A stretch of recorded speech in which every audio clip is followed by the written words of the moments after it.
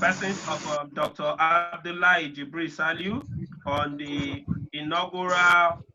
occasion of inaugural virtual induction / training for members of the Institute of Professional Managers and Administrators of Nigeria. Ladies and gentlemen, I am indeed highly honored and privileged to welcome you to this memorable virtual induction exercise for fellows and members into the Institute of Professional Managers and Administrators of Nigeria. The Institute is registered under the Companies and Allied Matter Act, Cap 59, the laws of the Federal Republic of Nigeria, 1990. I am therefore highly gratified at the response of many distinguished and eminent personages whose contributions and general understanding and conduct assisted in no small measure in view to elevating the Nigeria standard of work environment, compatibly our ability to improve in our day-to-day administrative and general management of our endeavor. It is in conjunction, therefore, with our modest approach of recognizing an individual or group of individuals whose earnest responsibilities are not cordoned by illusion or center ego on job performance and specification that today's activities is on. Please, ladies and gentlemen, please kindly mute your microphone so that to avoid the distraction, the background noise, for others to be able to hear us clearly. Please mute your mic. Mr. Abubakar, I have muted them all. You can unmute your own. All right. Thank you, sir. Creditably,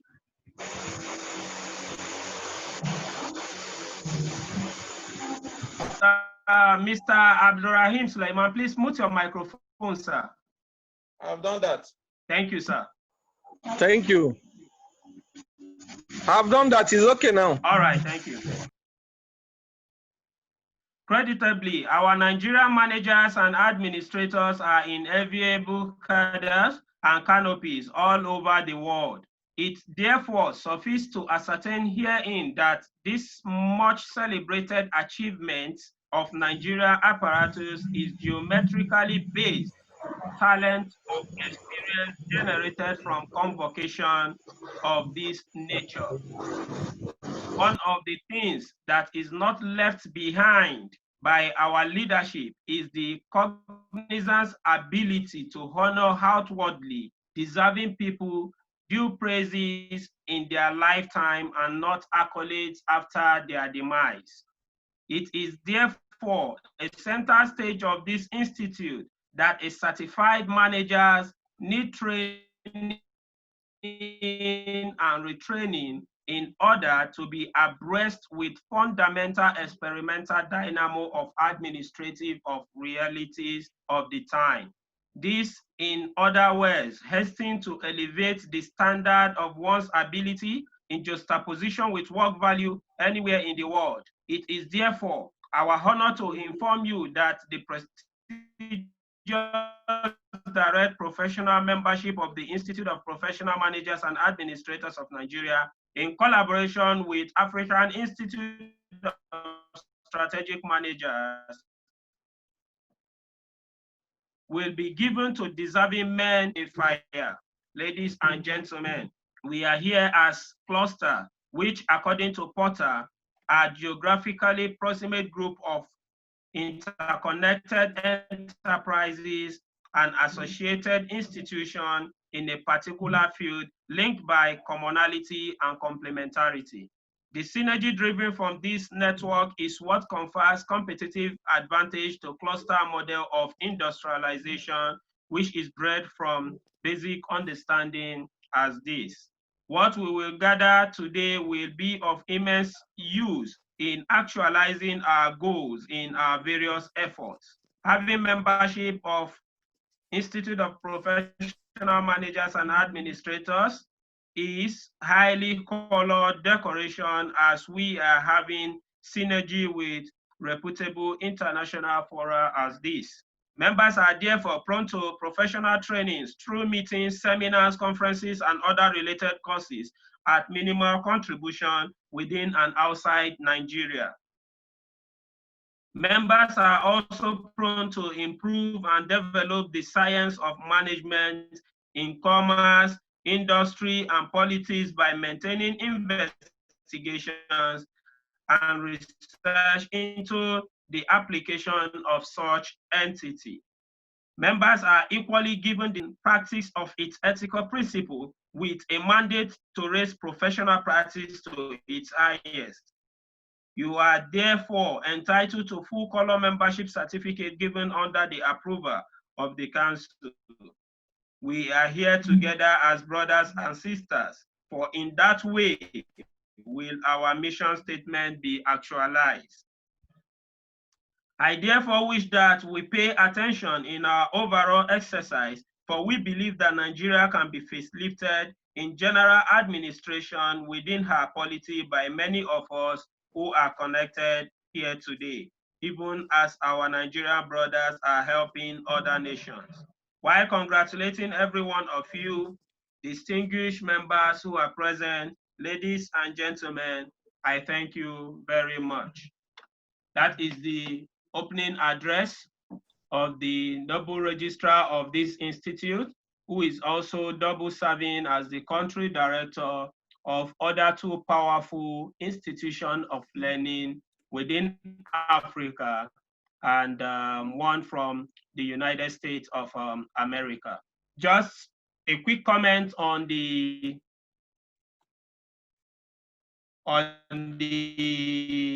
welcome address of the institute on different walks of life. And that is one of the beauty of the Institute of Professional Managers and of your field of study. We believe that managerial principle, management knowledge is a must for everyone to have at least a niche of it, because we believe that wherever you find yourself, you have people who are directly working under you, either as an engineer, doctor, lawyer, or even a lawyer.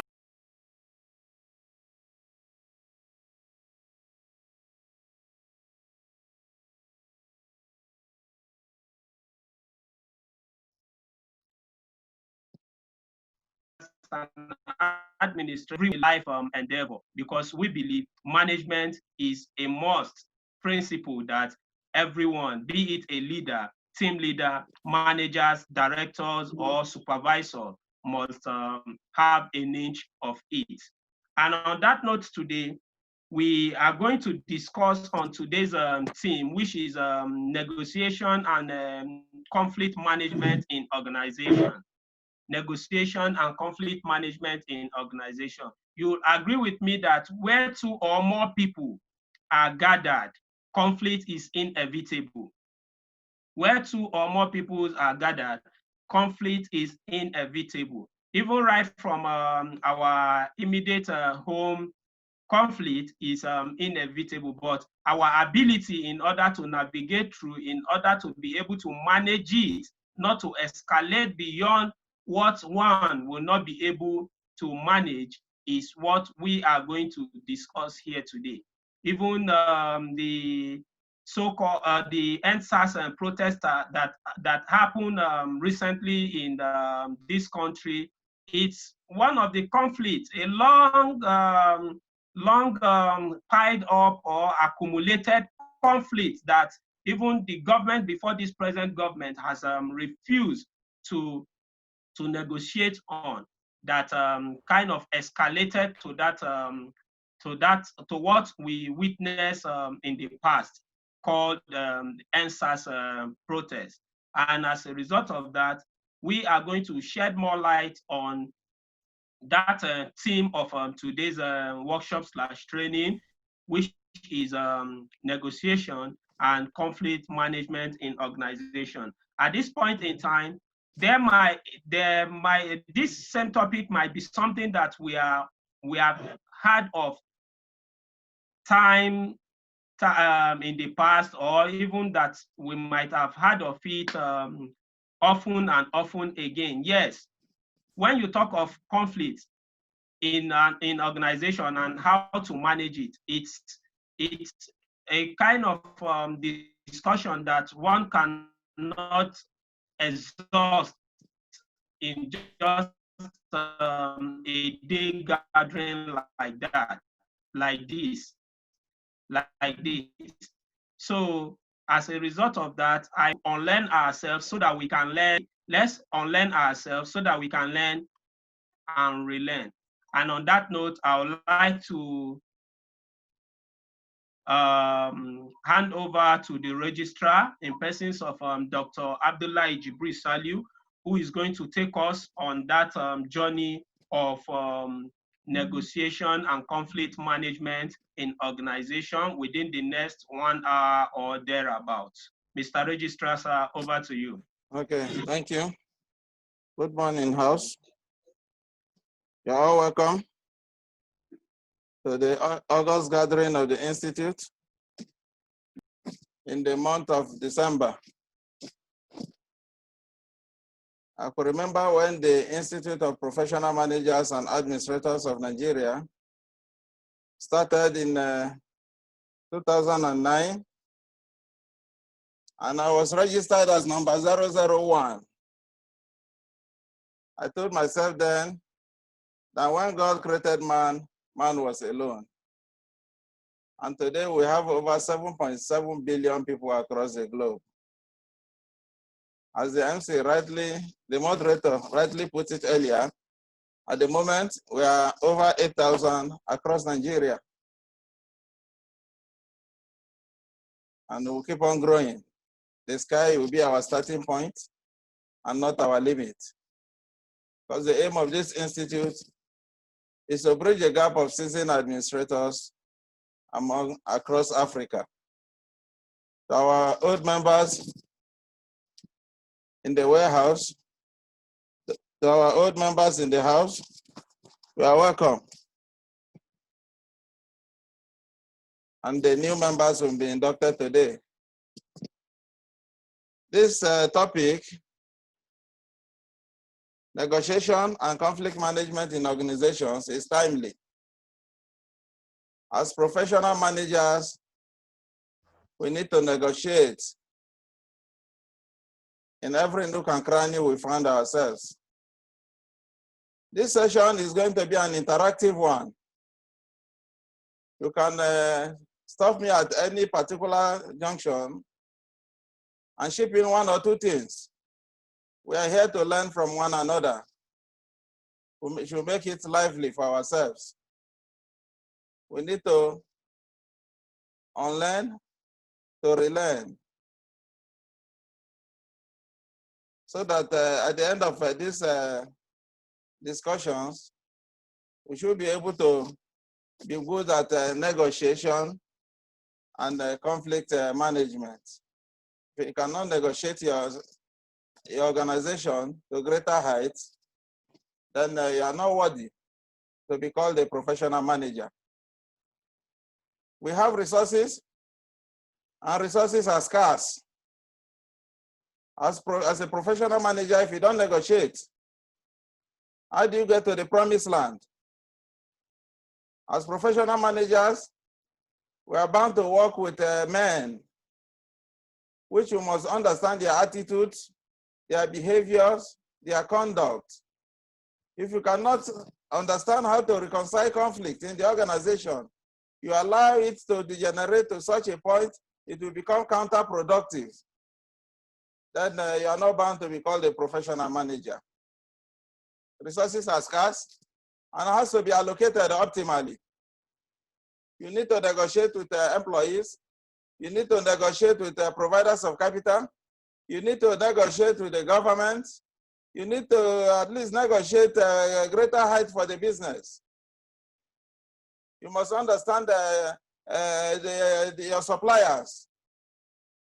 Negotiate the quantities. as well as the qualities, the lead time.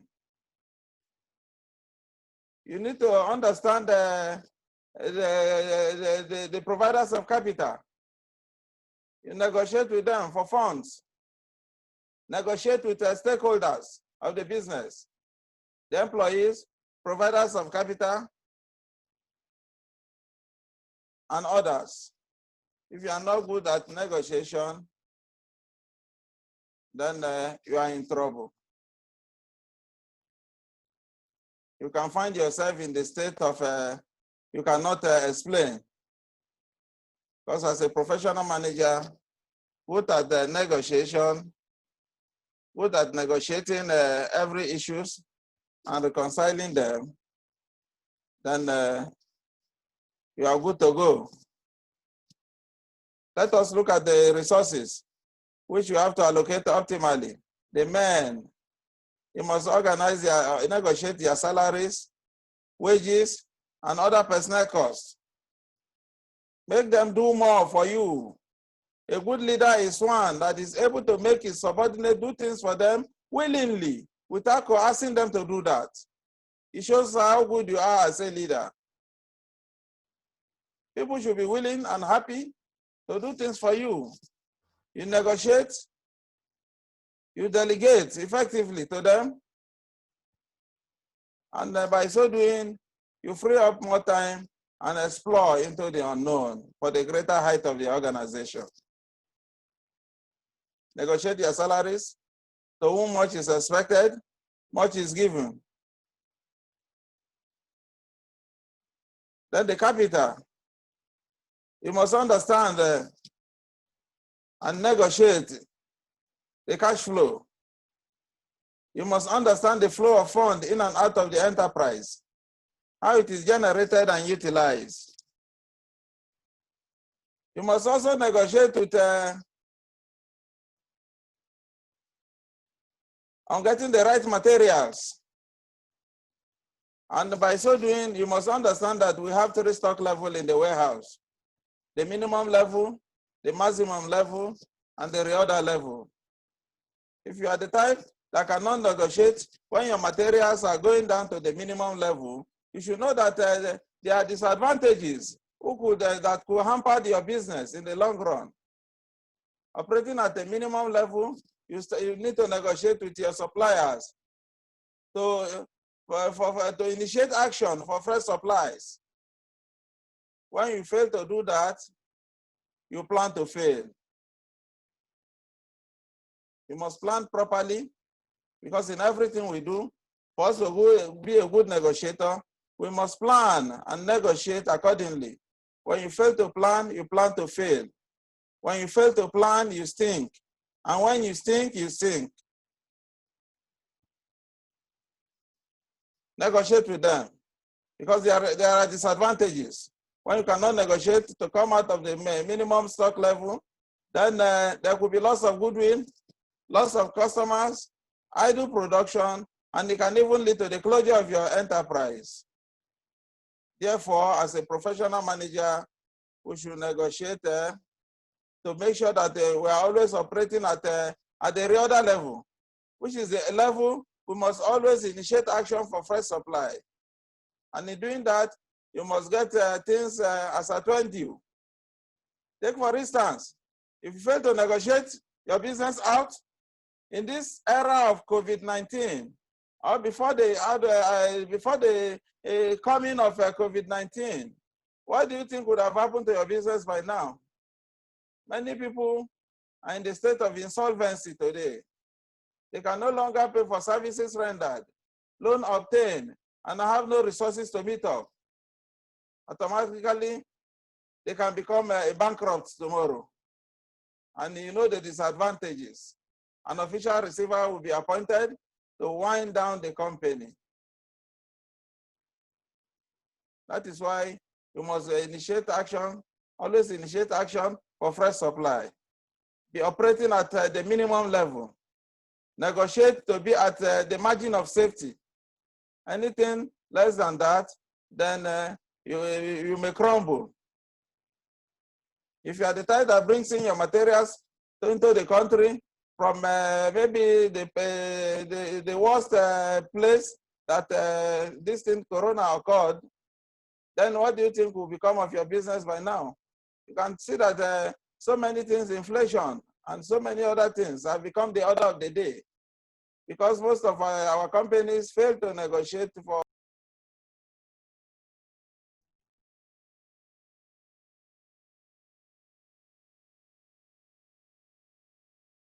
Sorry for the interruption.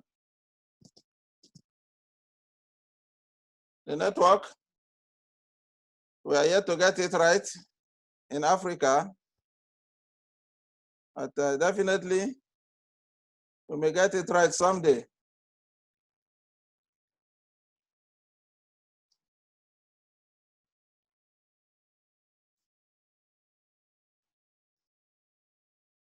You can see that this is one of the gain of COVID-19. These virtual and online presentations. Because when every nook and cranny was in total lockdown, that was when we devised this strategy of reaching out without leaving our environment. You stay at your comfort zone and get it done. That is how it has been across nations before the advent of COVID-19. But thank God, we are keying in now. Many schools were in session across the world, even when COVID-19 was hitting hard. But in Africa, education was in total lockdown. So the negotiation is something that is broad, which we must understand for us to be an effective manager. As a professional manager, we must always learn how to put the right peg in the right square, the right hole. A square peg in a square hole and a round peg in a round hole. So we should be able to look at our finances, the flow of fund in and out of the environment.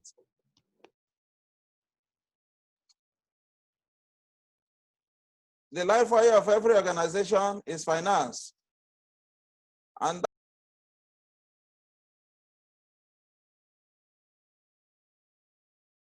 sorry for the interruptions.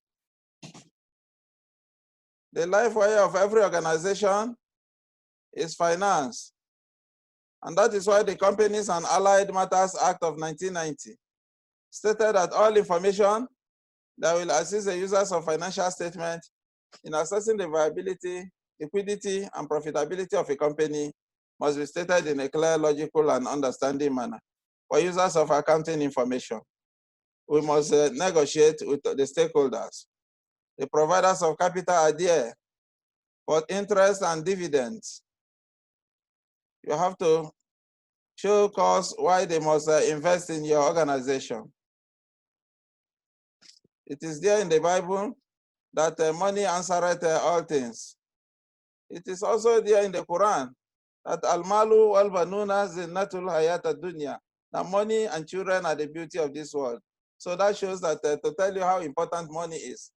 And that is why the Companies and Allied Matters Act of 1990 stated that all information that will assist the users of financial statements in assessing the viability, liquidity, and profitability of a company must be stated in a clear, logical, and understanding manner. So let us come back to the theme of today's presentation, which is negotiation and conflict management in organizations. I believe you are there with the materials. It has been sent to you already. Then we are looking at these key areas. Introduction to negotiation, let us know what that is. Then negotiation itself. Then conflict management, scope of negotiation, types of negotiation, stages of negotiation, negotiation and conflict management styles, mistakes to avoid at the bargaining table, professional managers and conflict management, tactics in negotiation, benefit of successful negotiation, then conclusion. If we are able to cover these key areas in the course of this presentation, I believe it is going to be a win-win for us and our organization.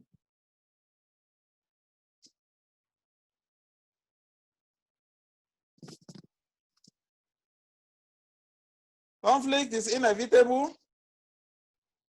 where two or more people are working together to achieve a common goal. This must be so because as distinct individuals, we are not wired to think alike. Understand that. We are distinct individuals and not wired to think alike. Not even twins from the same mother thinks alike. So we are wired to think differently. We are not wired to think alike. But in the face of divergent views touching an organizational interest, we are at liberty to think together. We are at liberty to think together. Since we are not wired to think alike, we are at liberty to think together. We can come together to brainstorm, to disagree, to agree, and arrive at what is in the best interest. And arrive at what is in the best interest.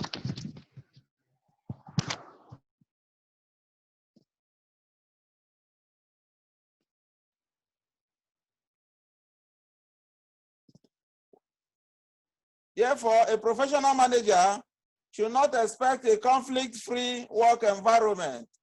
We should not expect a conflict-free work environment. Rather, the focus should be on how to effectively deal with conflicting voices and synchronize all shades of opinions in a seamless fashion that will guarantee the attainment of organizational goals. It cannot be denied that in recent times, the overhead cost of running any successful organization in Nigeria is on the high side. Similarly, the cost of sustaining a decent living condition in Nigeria is altogether becoming alarming. Consequently, managers and their teams are often subjected to severe pressure in order to remain afloat. Silent dissatisfaction and suppressed anger cannot be ruled out in the workplace. Although this ought to be an exception to the rule, but this ugly reality cannot be denied. The recent NSAS protests, which rocked some section of Nigeria in the month of October 2020, present a vivid and sordid example of how conflict could easily degenerate into a vicious cycle of wanton destruction if not effectively managed. In the light of the above background, I commend and congratulate this noble institute for the timely theme of this paper, as it is beyond controversy that any professional manager that cannot effectively deploy the instrumentality of negotiation as a conflict management tool has a long way to go. You have a long way to go if, as a professional manager, you cannot manage conflict in your organization. This now takes me to the paper proper as a takeoff point, and to facilitate ease of understanding, it will suffice to attempt a working definition of the term negotiation and the phrase conflict management. According to Black's Law Dictionary, 6th edition, to negotiate, which is the root word of negotiation, means, among other things, the following. To negotiate is to bargain with another respecting a transaction. That is to bargain with another for possible transaction. To conduct communications or conferences with a view to reaching a settlement or agreement. When two or more people come together to reach a settlement or agreement, conflict has taken place. A negotiation has taken place. To meet with another so as to arrive through discussion or some kind of agreement or compromise about something. When you come together to reach an agreement or to reach a compromise, it shows a conflict as a negotiation has taken place. Negotiation is a method by which people settle differences. When you come together to settle differences, and the differences is settled, then it shows how good you are at the negotiation. You are a good negotiator. It is a process by which compromise or agreement is reached while avoiding argument and dispute. When you reach an agreement by avoiding a dispute or argument, it shows that you are good at managing a conflict and you are a good negotiator.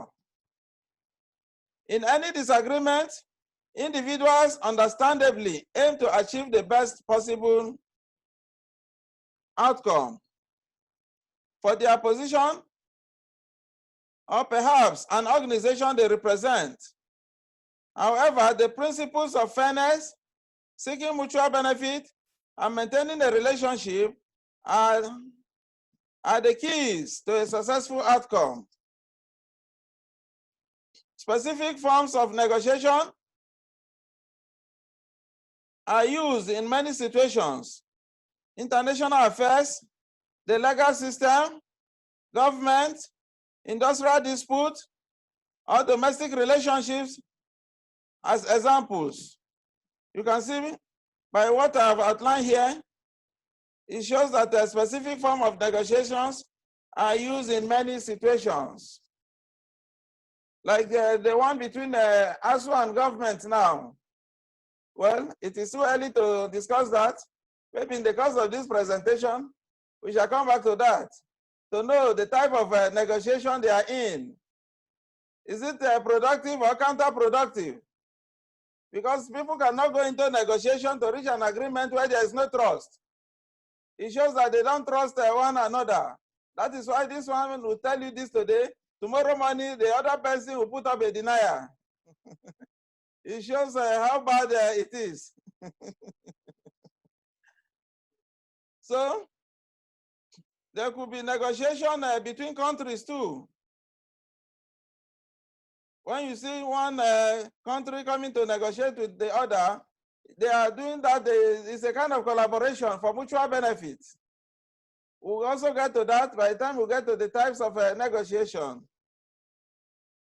Even in our domestic affairs, we will negotiate. A father has to negotiate with the children for peace to reign. You equally have to negotiate with your wife or wives for peace to maintain. When you fail to negotiate, then there could be crisis. Anything can go wrong. Call them to a round table and discuss issues. You thrash out the differences. When you are able to reconcile all differences, it shows how good you are as a negotiator. And you have avoided a conflict. If you don't negotiate with the woman at home, by telling her maybe now that we are in COVID-19 era, the business is not doing much, but at least she should manage a little you have. When you fail to explain to her, then you are calling in for conflict because she may start asking questions. You have to negotiate. You disagree to agree.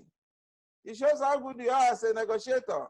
The children too, you call them to a round table, discuss your present situation with them, and plan what it will be in future. Because when you fail to plan, you plan to fail. When you fail to plan, you stink. And when you stink, you sink. So you have to do that to avoid stories. You negotiate with them for mutual benefit, and maintaining relationship are the keys to a successful outcome. Specific forms of negotiation are used everywhere. Negotiation skills can be of great benefit in resolving any differences that arise between you and others. As it is tried that no source of knowledge is absolute, I take the liberty to refer to the view expressed in Investopedia on the concept of negotiation. It says, a negotiation is a strategic discussion that resolves an issue in a way that both parties find acceptable. You discuss and reach an agreement in the way that all parties involved find acceptable. In a negotiation, each party tries to persuade the other to agree with his or her point of view. You must be ready to persuade your opponent. You must be ready to persuade your family. You must be able to persuade the other person to see reason, to accept your views. By negotiating, all involved parties try to avoid arguing, but agree to reach some form of a compromise. You must be ready to shift ground. You should not be that stagnant. You should not be that rigid. You must be ready at least. If something, maybe it is something you are selling and that thing worth ₦1 million, the person has reached maybe about 700, then you are expected to come down a bit. Then you now start talking of 950. Then you get to 800. You come to maybe 920. The other party will already know that your bus stop will be 900. So, and you will try to reach an acceptable agreement at the end of the day. It is a win-win. You shift ground and I shift ground. You reach a compromise. Don't make your mind the rigid one before coming to the negotiating table. If not, the aim of coming will be defeated. The most simplified definition of negotiation, in my view, was put forward by Henry McGee of the Harvard Business School. In his exact words, negotiation is just another word for persuasion. Negotiation is another word for persuasion, according to Henry McGee. Persuade, when you are able to persuade somebody to see reason why he should dance to your tune, then you are a good negotiator. And it's all about convincing the other side to see your side of the story.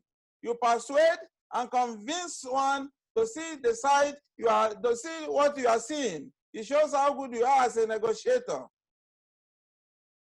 In a related development, the term conflict management has been defined as follows.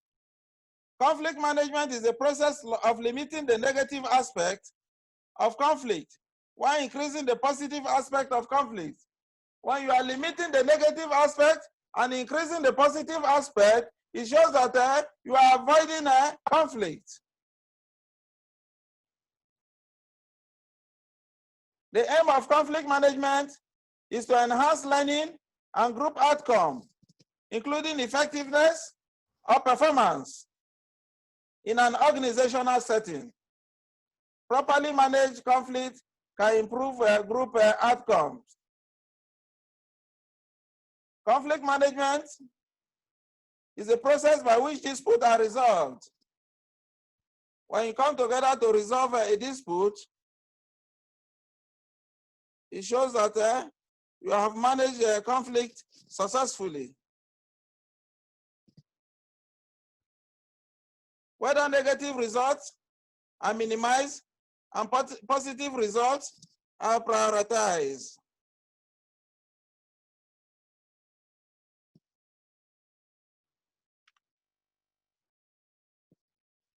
Conflict management is a process by which two or more parties reach a peaceful resolution to a dispute.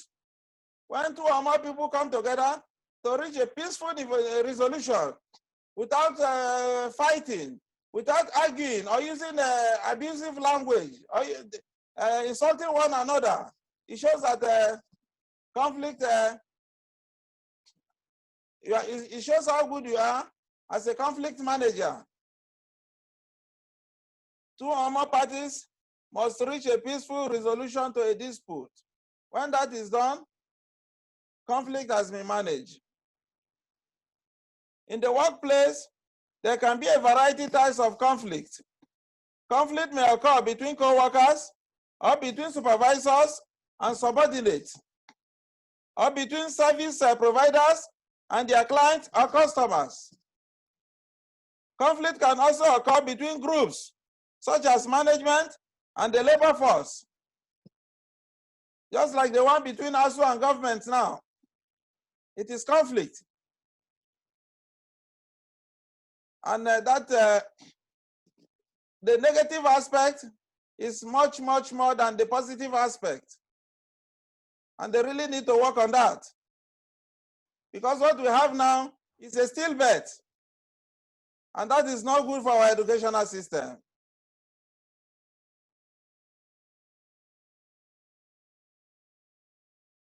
Our conflict will be between a whole department. The resolution of a conflict resolution process in the workplace typically involves some or all of the following: recognition of the parties involved, that a problem exists. For you to reconcile conflict amicably, you must be able to recognize the parties involved. Who are the people involved in this conflict? Bring them to a round table for discussion and see how a resolution could be reached. Mutual agreement to address the issue and find some resolution. There must be mutual agreement. An effort to understand the perspective and concerns of the opposing individuals or group. You try to understand them, give them a listening ear. As a good leader, you must be a good listener. That is why God wanted us to listen more than we talk. That is why he has created only one mouth, 2 ears. Because he wants us to listen attentively before we can voice out anything. We have only one mouth, 2 ears. That means you should talk. You should listen. You should talk 50% of what you hear. Your talking should be 50%, while your listening should be 100%. That is why you have 2 ears and 1 mouth. So that is that. You must be a good listener. Listen to all parties and see how you can reach a mutual agreement. Identifying changes in attitude, behaviors, and approaches to work by both sides that will lessen negative feelings. Recognizing triggers to episodes or conflicts. Recognizing triggers. You must recognize what triggers a conflict. See how that can be blocked for amicable resolution. Interventions by third parties, such as HR representatives or higher level managers to mediate. You bring in a third party to mediate, an umpire who has no interest in the conflict, to mediate, to be the arbitrator. A willingness by one or both parties to compromise. There must be willingness to compromise. You must be ready to shift ground for amicable resolution. Agreement on a plan to address differences. You must address differences. Monitoring the impact of any agreement for change. Disciplining or terminating employees who resist effort to diffuse conflict. You discipline those who are not ready to reason. Because that conflict, conflict could be productive or counterproductive. It could be functional or dysfunctional. If a conflict is dysfunctional and it will affect the growth of the organization, then you have tried your best up to the last point you have listed here, and it is not working, then that is, You have to use a Machiavellian approach. You become autocratic. You are no longer interested in the process but the outcome. Become an authoritarian and tell every party is involved that this is what you want and this is what the organization wants. Whoever that will not comply should do the honorable thing by moving out of the organization.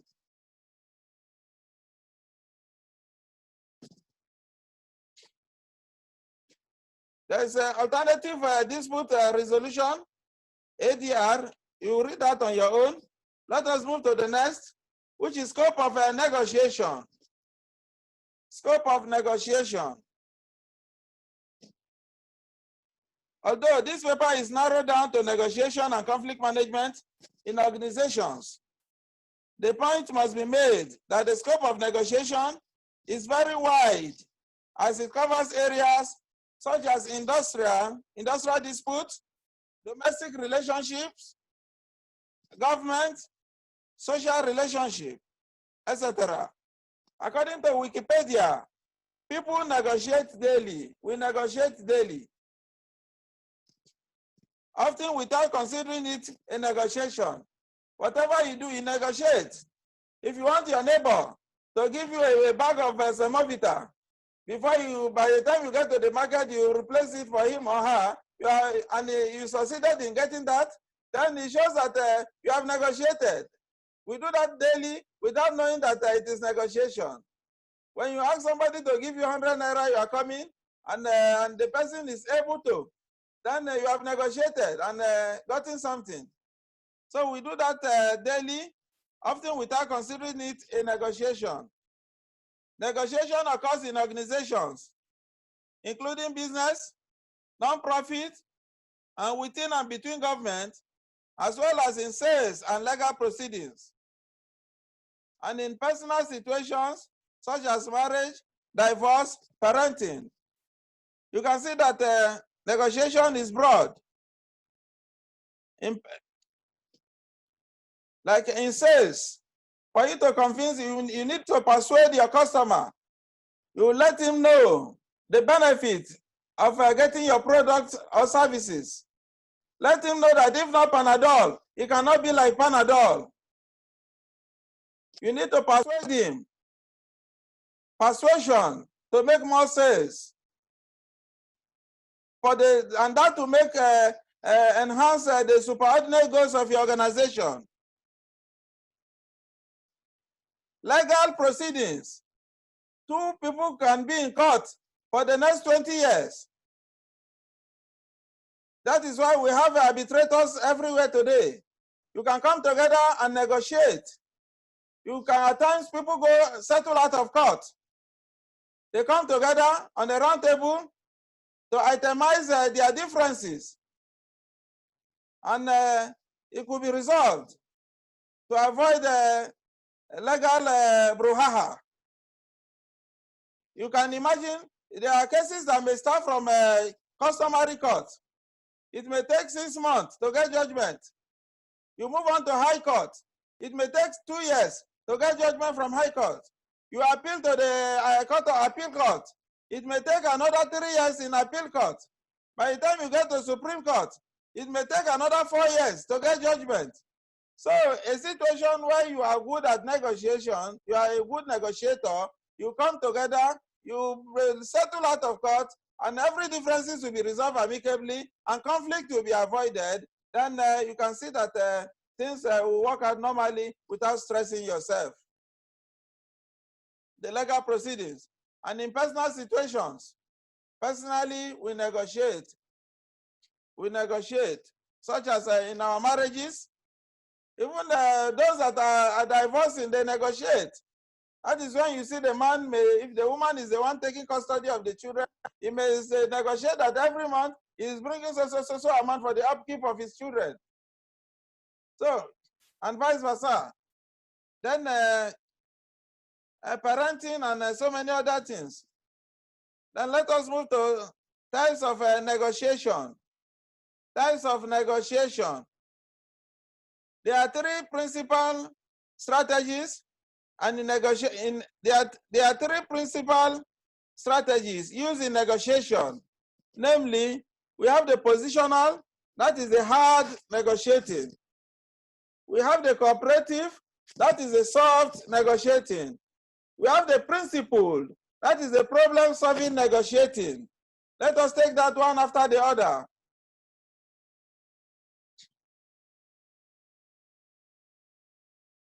The first one now, that is the positional, the hard negotiating. This strategy can only create win-lose outcome, as the following points often play out. You can see win-lose. You are going to negotiate so that your opponent will lose. That shows that you have taken the hard stance. You have taken position even before going to the negotiating table. That is the hard positioner. You have taken position that this is what my organization wants. This is what I want to do. This is what we are going to do. This is where we come from. And you don't shift ground. That is why we call that one the hard negotiating. It is a win-lose. You win, and it will be at the detriment of the other party. This strategy can only create win-lose outcome, as the following point often plays out. Distrust others. When you distrust, there is no lack of trust. Then the positioner, hard negotiating, comes in. Just like between government and ASU now, it is a positional one, because the government mind will be made before coming to the negotiating table. This is what we are going to do. Well, if you don't come to work, we sack you. If you don't, no work, no pay. And so many other slang that may be used to coerce them, to force them into submission. That is a win-lose. And the ASU people already have also made up their mind that we are going to the negotiating table. If you don't pay us all the entitlement, if you don't pay us this, we are not going to join the IPPS. Then let heaven fall. Nothing will happen. So you can see that they are not ready to shift ground. No matter the language you use at the negotiating table, what they have, they already have their mindset on achieving their goals. That is why ASU has refused to join the IPPS till date, and the government has refused to shift ground. What they are doing now, they are using propaganda. They are using propaganda. And if possible, I foresee a situation where government may want to break their rank. You can see that it is all about distrust. Be hard on people and problem. When you are hard on the other party and creating more problems for them, then the negotiation type is positional. Make threats, just as in the case of what is happening now. You make threats, insist on your position. When you insist on your position, then the negotiating is a hard one. Misled as to bottom line.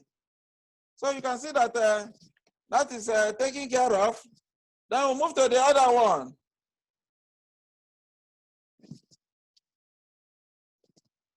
That is the cooperative, the soft negotiating. This is create win some, lose some situation. You win some and lose some. That means you are ready to shift ground. That is why it is soft. That shows you are ready to you are ready to move on. Win some, lose some situation. In this situation, there is trust. You trust one another. Be soft on people and problem. You give them a listening ear. You are soft. Then make offers. That is when you ask, what do you think can be done? Insist on agreement. Have a standing rule to fall back to and disclose the bottom line. Then the third, which is the principle problem-solving negotiation. Excuse me. Principle problem-solving negotiating. That is create win-win. Win-win. Create win-win.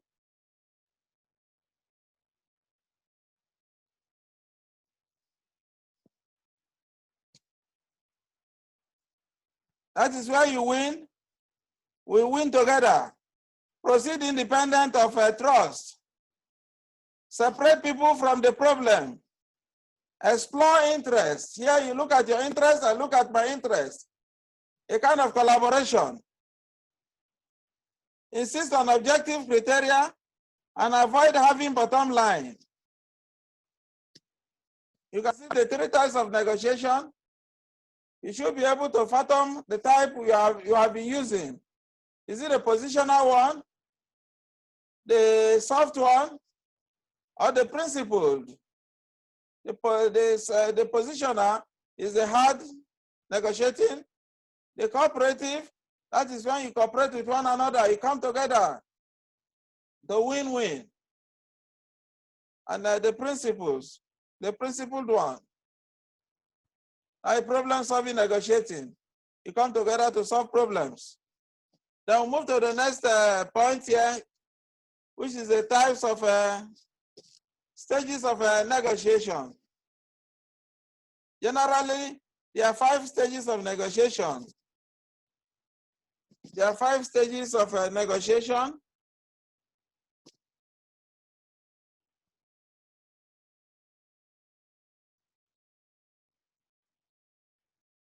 There are 5 stages of negotiation. The process, in order to achieve a desirable outcome, it may be useful to follow a structured approach to negotiation. For example, in a work situation, a meeting may need to be arranged in which all parties involved can come together. That is the stages you have to follow in bringing all parties together to disagree to agree.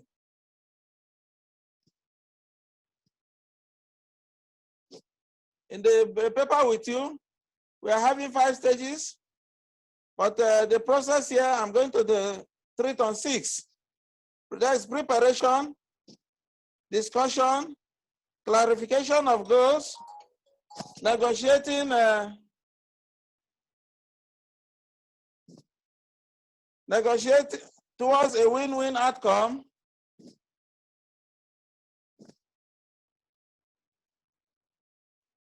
agreement, implementation of a course of action. Preparation. Let us take that one after the other. Preparation. Before any negotiation takes place, a decision needs to be taken as to when and where a meeting will take place to discuss the problem and who will attend. You bring the parties together. Setting a limited time scale can also be helpful to prevent the disagreement continuing. You must avoid conflict. You set a limited time frame. Make it an urgent one. Bring people together. Even at the National Assembly, we have a motion of urgent importance. So that shows that they can sideline all other motions and treat that one that is that has urgency in it. Because by so doing, you avoid problems from escalating. Just like the NSAS saga, the government allowed it to degenerate. It could have been something swiftly. Maybe the first day, the second day, then the third day, the president is on air to trash out all these things, and that wouldn't have been hijacked by those with criminal intent.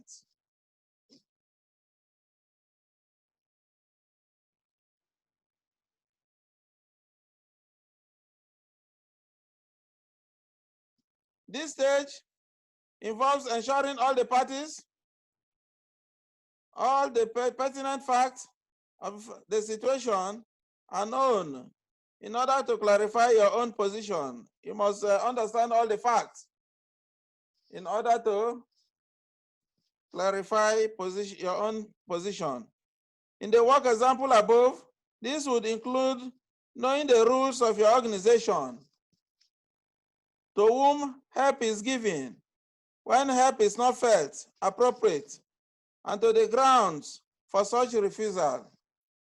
Your organization may well have policies to which you can refer in preparation for the negotiation. Undertaking preparation before discussing the agreement will help to avoid further conflict and unnecessarily wasting time during the meeting. The first stage has been taken. Then the second stage is the discussion stage. During the discussion stage, individuals or members of each side put forward the case as they see it. That is their understanding of the situation. The discussion stage, that is the stage you have to present your understanding of the situation. Key skills during this stage include the skills during the discussion stage includes questioning. You must ask questions. As a professional manager, you must get to the root of the conflict. Then listening and clarifying. Sometimes it is helpful to take notes during the discussion stage to record all points. You record all points, but for all points put forward in case there is need for further clarification. It is extremely important to listen as when agreement takes place. It is easy to make the mistake of saying too much and listening too little. You avoid the mistake of saying too much and listening too little. Each side should have an equal opportunity to present their case. The third stage of negotiation is to clarify goals, clarifying goals. From the discussion, the goals, interests, and viewpoints of both sides of the disagreement need to be clarified. It is helpful to list these factors in order of priority. Through this clarification, it is often possible to identify and establish some common ground. Clarification is an essential part of the negotiation process. Without it, misunderstandings are likely to occur, which may cause problems and barriers to reaching a beneficial outcome. So you must listen and itemize your point, then you clarify those points. At least maybe the other party may not have knowledge of what you know. You clarify issues. Let them know this is why you have done this and this is why this is this. So, and by so doing, everyone will be very happy. Then a conflict will be thwarted. Then the fourth stage, negotiate towards a win-win outcome. Negotiate towards a win-win outcome.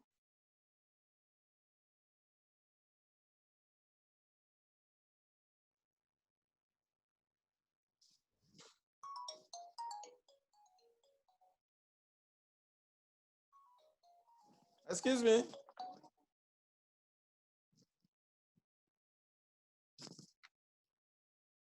This stage focuses on what is termed a win-win outcome, where both sides feel they have gained something positive through the process of negotiation.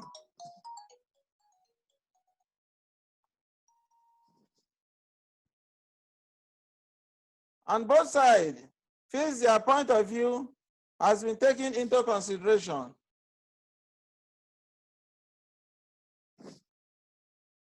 A win-win outcome is usually the best result, although this may not always be possible. Through negotiation, it should be the ultimate goal. Suggestions of alternative strategies and compromises need to be considered.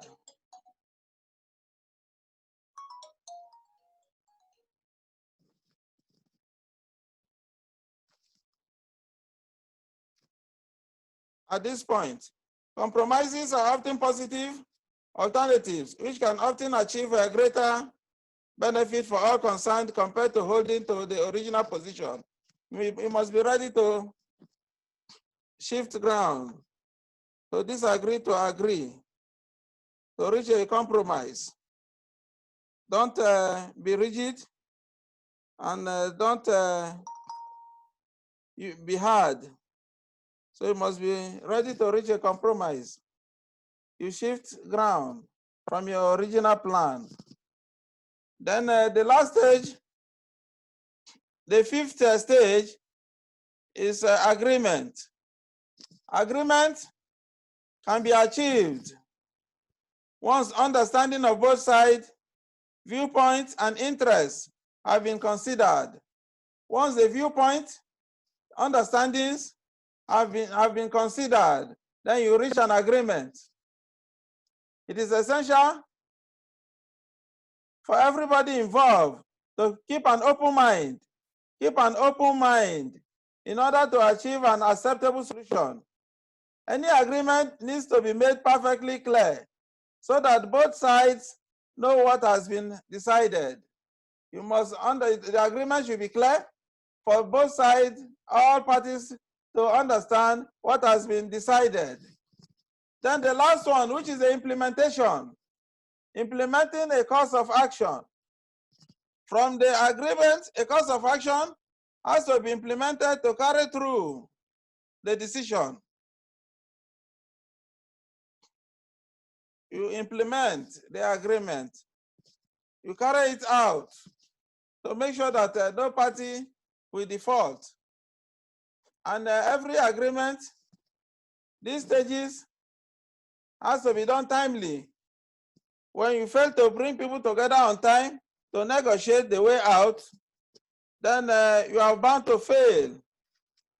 And that could be injurious to your organization.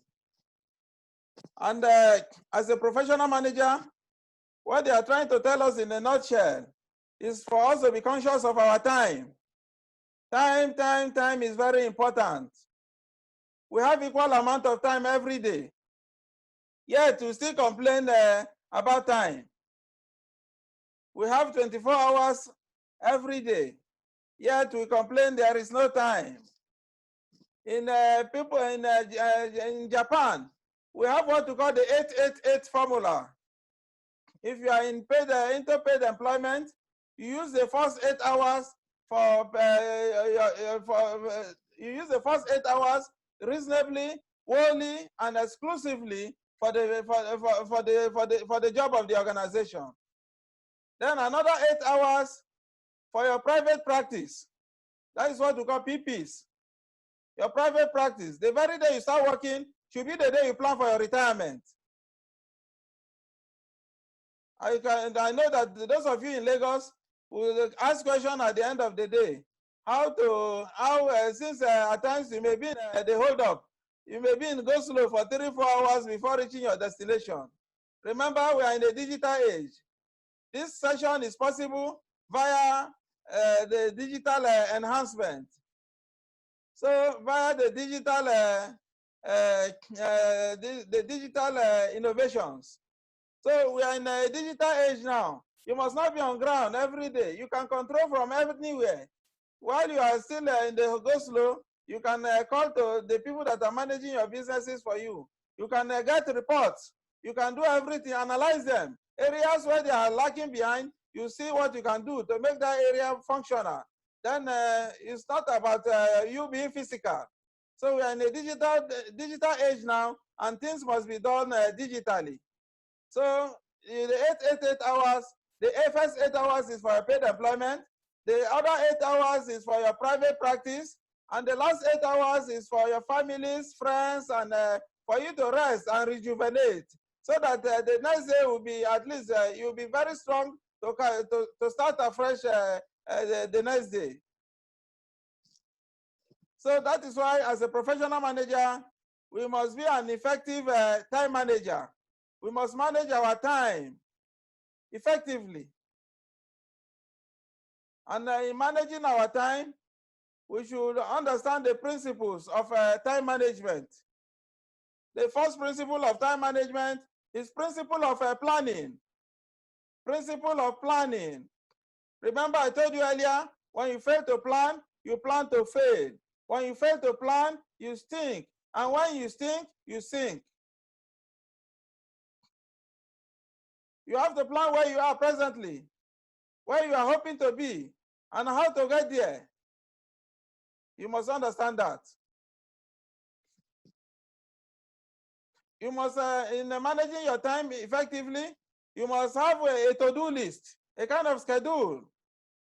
It's what we call time mapping, the mapping of your time. Have a to-do list. Maybe tomorrow, Sunday, you can plan what you are going to do in the office on Monday. From 8 o'clock to 8:30, I want to be on my table to clear all backlog.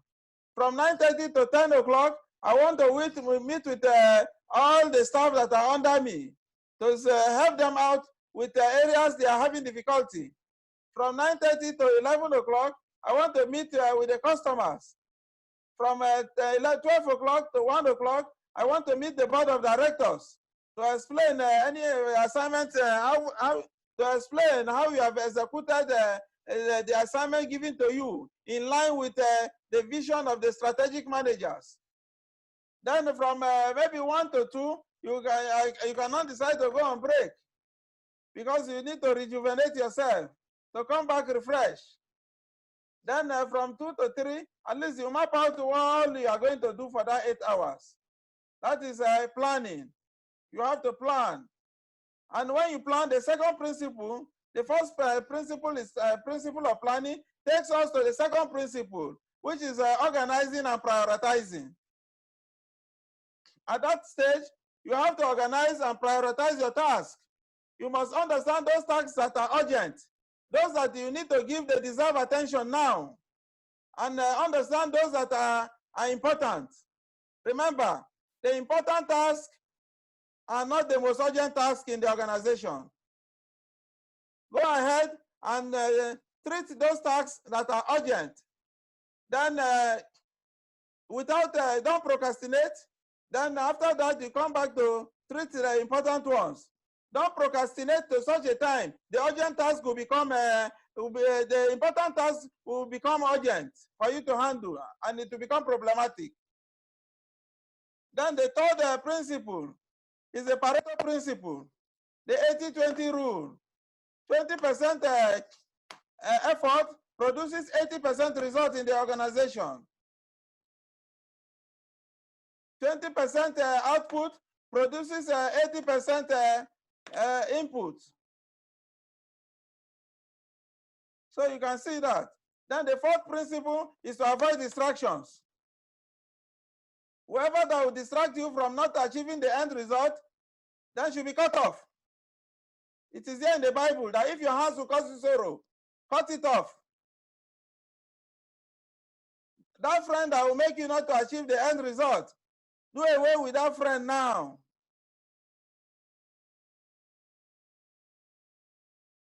You must gather the willpower. When you get to the office in the morning, gather the willpower and log off your social media account. Gather the willpower and close your tab browser now. Because by the time you are there to achieve a task and you are busy chatting friends, it is pity. It is a pity for one to get to the office in the morning and start chatting with friends and others, things that you are not supposed to be doing. And you are complaining of time when you are wasting time. A professional manager must be an effective time manager.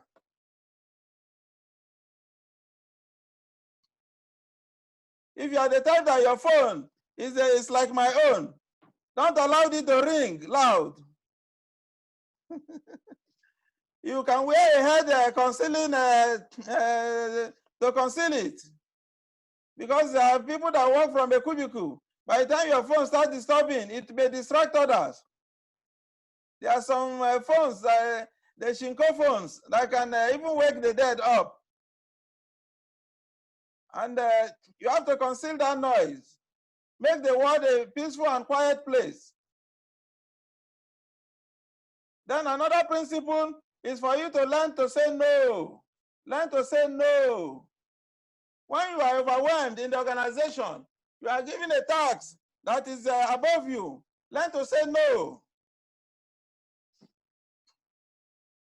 If you have an urgent task to achieve, to accomplish, and your superior is bringing another urgency to you, you should be able to say no in such in the language that you understand you. Let him understand that this, if you go ahead to accept a new task, it will affect the other task. You may not be able to meet up with deadlines. Don't shout. Don't try to outshine anybody there. Remember the first rule of 48 laws of power. Never try to outshine your master. And if you go ahead, you want to become a yes member, by accepting that task from your superior, when you have an urgency to tackle, that same superior will complain about you to higher authorities tomorrow. You tell them how laggard and how slow you are, not realizing that he was the one that overloaded you. That is why you must always learn to say no. Don't try to multitask yourself, because by the time you want to do multitasking, you end up having problems. Then the last principle I would like to touch here now is a principle of delegation. You have to delegate. You delegate to those subordinates you know can handle your job. When you delegate to subordinates, you free up time to explore into the unknown. When you delegate to your subordinates, you will be happy. And you can go into, you can do more research. Don't delegate to those who cannot handle the job. Those who cannot, that you delegate to, and you become the one that will conclude the job later. It will become problematic and too much for you to handle.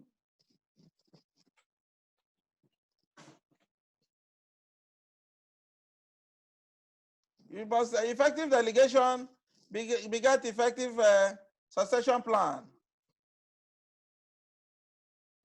And as a professional manager, always invoke the power of 4 Ds in managing your time. Invoke the 4 Ds power of time management. The 4 Ds. The first D is do it now. Do it now. That is the first D. Do it. The second D is to differ. To differ. The third D, delete. And the fourth D, delegate. The first D is to do. Do it now. The second D is to delete. The third D is to delegate. The fourth D is to differ. If a task is not urgent and is not important, what should you do as a professional manager? Delete that task now. A task is not urgent and is not important, it means you have a junk at hand. Just like when you browse through your mailbox in the morning, you notice that you have 1001 messages. You filter through them. At the end of the day, you may not have up to 3 or 4 that are genuine. The rest are junks. You have to delete them now for you to concentrate on the important and the urgent ones. If a task is neither urgent nor important, delete that task now. If a task is urgent, what do? You do it now. If a task is important but not urgent, what should you do? A task is important but not urgent. Remember, I told you earlier, the most important task will not be the most urgent task. If a task is important but not urgent, what do? You defer it, but don't procrastinate. Don't defer to such a time that task will become problematic for you to handle. Because the important task today will become the most urgent task tomorrow.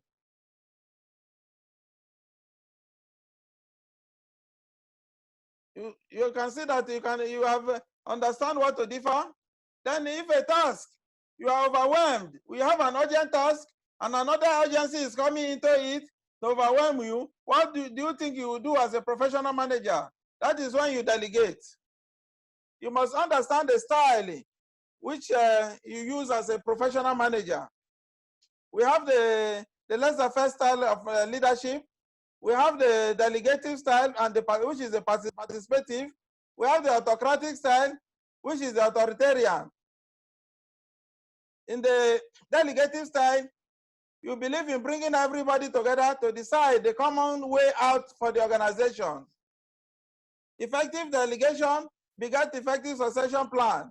You believe everyone in the organization is important. That is why you want to listen and get their opinions. And you do that, you use that style of leadership when you have enough time to play with. When you have no time to play with, what do you think will be suitable for you to use? You must be autocratic. You have a deadline to crack. Management is on your neck.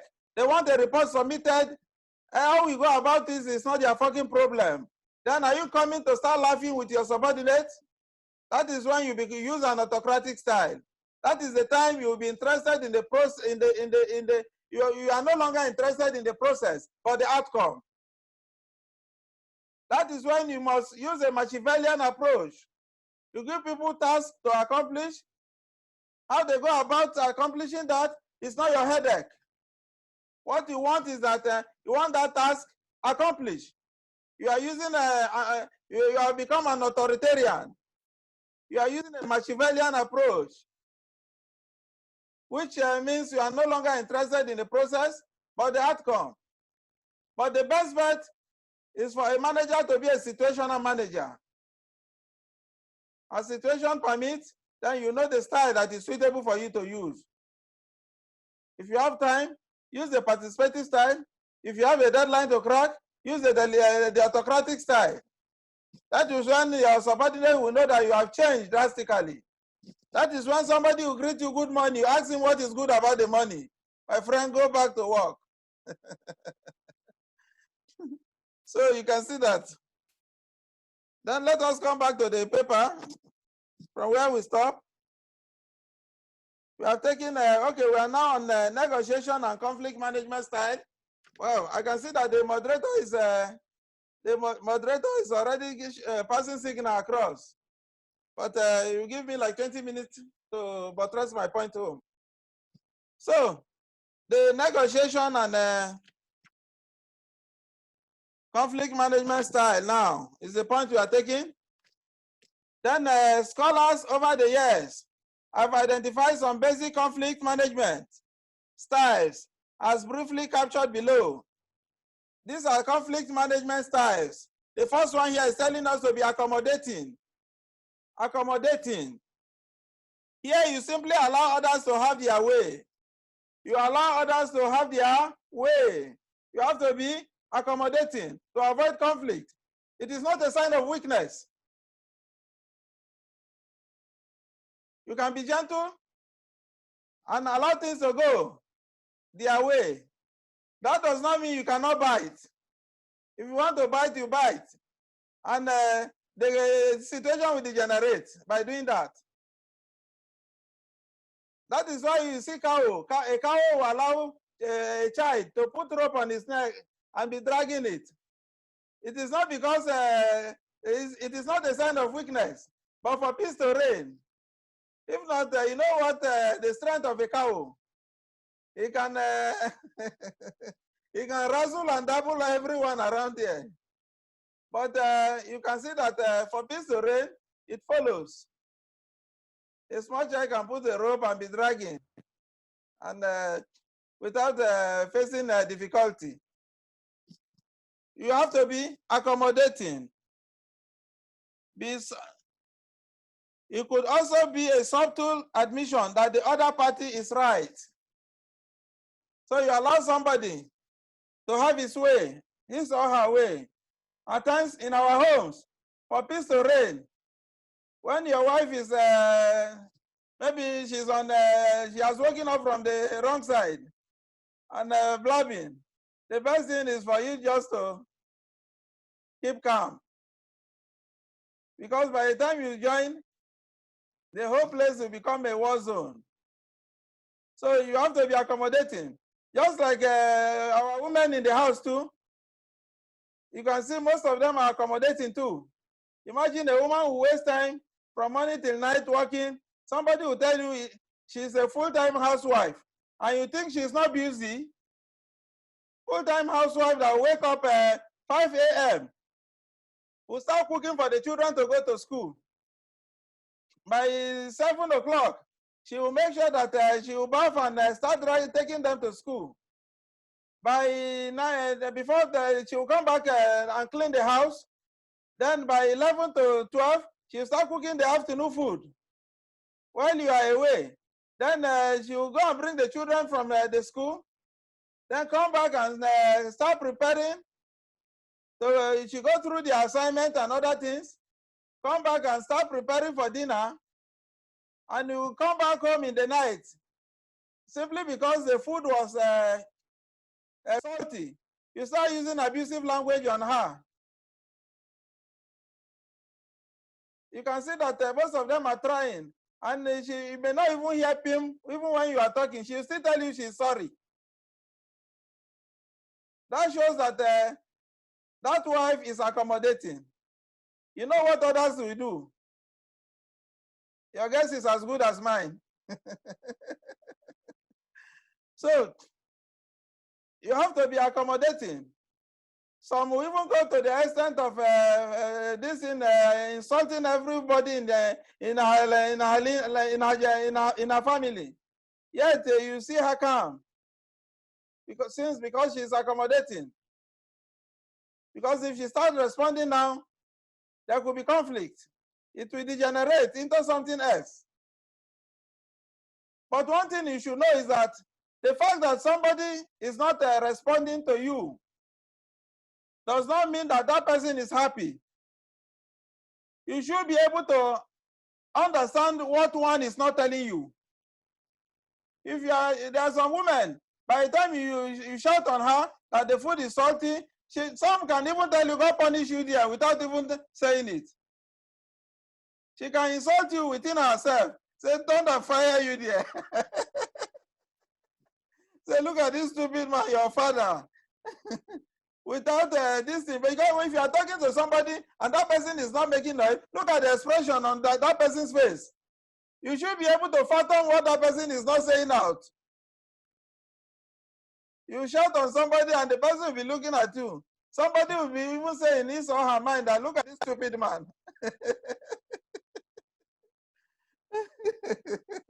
What is this stupid man trying to do? So imagine, at least you have to, that is the best way is for you to shift ground. Let it be a kind of, you disagree to agree. We have to be accommodating for conflict to be avoided. Then the second point here is avoiding. Here you either ignore the conflict or you remove the party involved. The person that is creating that problem, you can move him to another department. If you don't use this system appropriately, it will create more problems, especially where sentiment and bias is involved. If your wife is the one working, managing your business, and you notice that she's not in good time, always fighting with your employees, why don't you transfer her to another department where she will not have to deal with those people? You have to be, that is why as a professional manager, you must be political and diplomatic. You may not tell her because our problem is much. You are taking her to this. No. you have to use your number 7. Be diplomatic in doing it. Because if you fail to do that, she may end up collapsing the structure you have built. You can put her in a place she will be busy and doing nothing. So avoiding. Then compromising. You know what that is already. Then competing. Here you stand firmly on your viewpoint because you are persuaded, and it's the best before, and therefore not negotiable. Then collaboration is the last one here. This is a win-win approach, which requires time and energy to achieve, but it's good for the organization in the long run. Collaboration. You look at the areas of your strength and subcontract your weaknesses. That is why you see some companies today, they will have their own staff, get their security from outside, get all other ones that will be coming in periodically to do the job for them. You collaborate. That is even when you are going into merger, you look at the strength. What you don't have is what you look for in the other person. You come together, just like the automobile industries. You see that there's some are producing the engine, some are producing, there are companies producing the belt, or another company, before you, in the car, you may find out that over 30 companies have come together to build that car.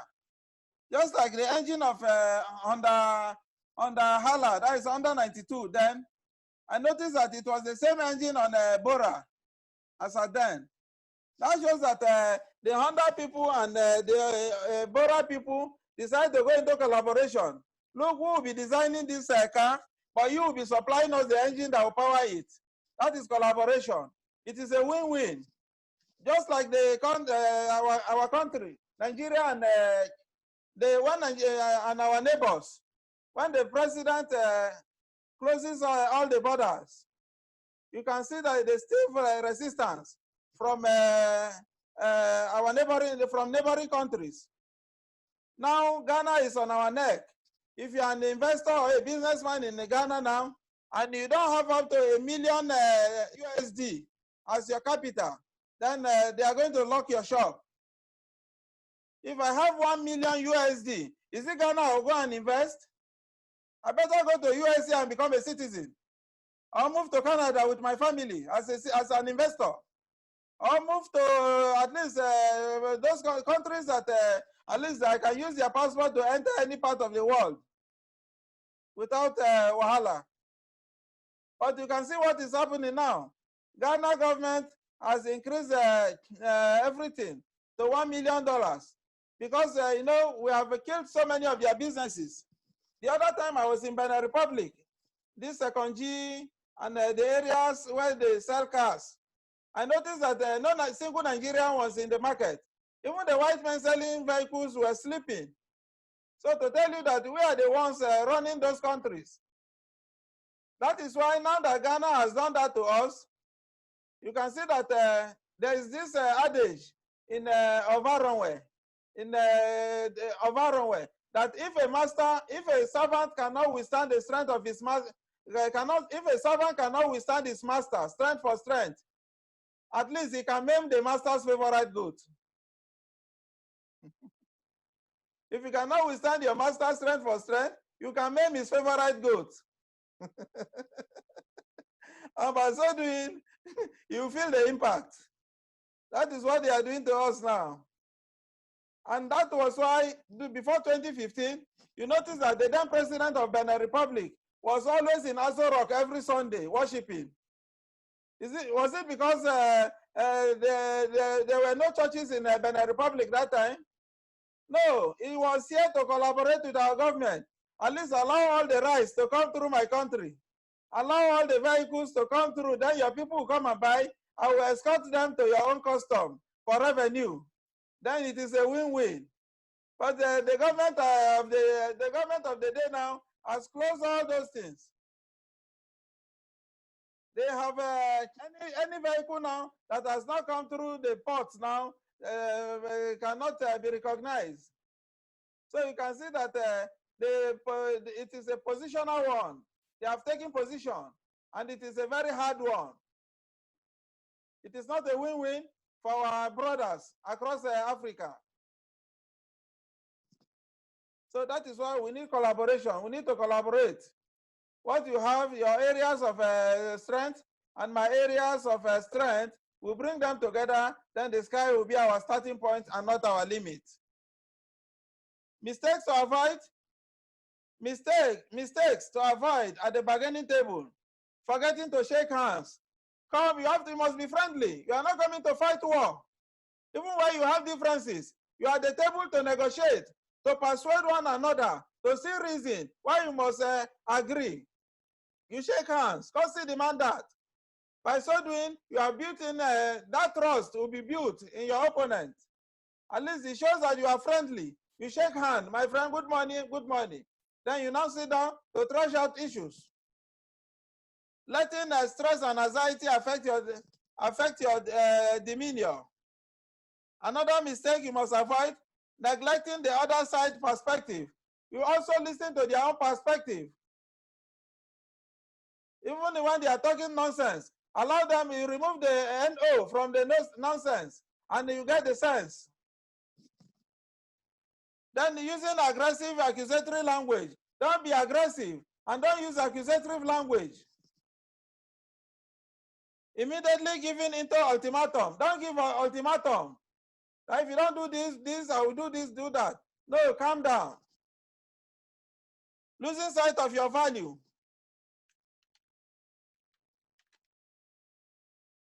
Rushing the process. Allow the process to run its course. Not understanding your partner. Partner is the best alternative to negotiated agreement. Always have an option B. If A fails, activate your option B. It is like that in life. Always have option B when you are doing A. So that when A fails, activate B. Don't be stranded. Don't allow yourself to get stuck. Then the next point, professional managers and conflict management, you can do that on your own. Tactics in negotiation. Let us see the tactics. Don't think in terms of winning. Don't think in terms of winning. Get a clear picture of your goals and be ready for collaboration. Get the pictures of your goals and be ready for collaboration.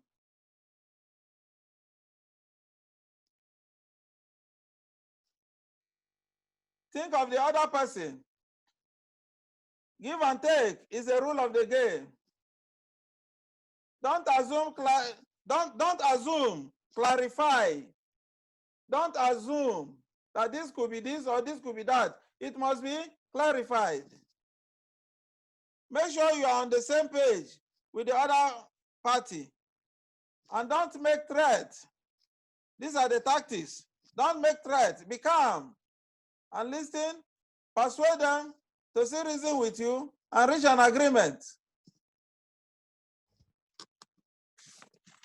Benefit of successful negotiation. Successful negotiation helps you to build better relationships. When you negotiate successfully, conflict will be eliminated and a good relationship will be created. It delivers lasting quality solutions. When people come together to persuade one another to reach an agreement and avoid the conflict, then there will be lasting quality solutions rather than poor short-term solutions that do not satisfy the needs of either party. It also helps you to avoid future problems and conflicts. Conclusion. In concluding this presentation, I find the opinion of Oxford Management Center as a clear representation of my intended concluding remark. I therefore take the liberty to adopt the opinion of this excellent consultancy outfit. Our ability to negotiate and manage conflict effectively is amongst the most valuable skills we can develop to improve our organizational performance. These skills enable us to negotiate better deals, manage teams and projects more efficiently, and interact more constructively with customers, clients, and colleagues. As a professional manager, always remember your 5 Ps. Proper preparations prevent poor performance. Proper preparations prevent poor performance. If you want a year prosperity, grow grains. 10 years prosperity, grow trees. 100 years prosperity, grow people. Thank you. Thank you. Thank you, sir. Mr. Registrar, Dr. Abdullah Jibril Saliu, for that powerful presentation on negotiation and conflict management in organization. I want to believe that he has done justice to that topic. And talking about negotiation and conflict management, from all indication and from what he said so far, you will all agree with me that as a professional manager, your ability to negotiate and manage conflict in your team or your organizations is a key skill that you must have in order to keep your organization going smoothly. And in order to do this, you should also be able to have the skills of the skills to know the kind of organization you are working with, and also to be able to understand the feelings of those that you are working with. So in other words, your ability to negotiate, or the ability of a manager to be able to negotiate and manage conflict in organization can also be termed as emotional intelligence. Emotional intelligence, because this is one of the key skills a manager needs to keep a workplace growing, to keep the success of a workplace. Because before now, we all believe that that academic intelligence is what is required in order to be a team leader or to be a supervisor or to be, but in a recent days, it is a research has shown that what the letter IQ is just about 15% to success of a manager or to success of a leader. The remaining 85% has to do with emotional intelligence, which is IE. And in order for you to be able to negotiate and manage conflict in your various organizations or in your various capacity, you should also be able to acquire what emotional skills is all about. What emotional skills is all about. Just like the scenario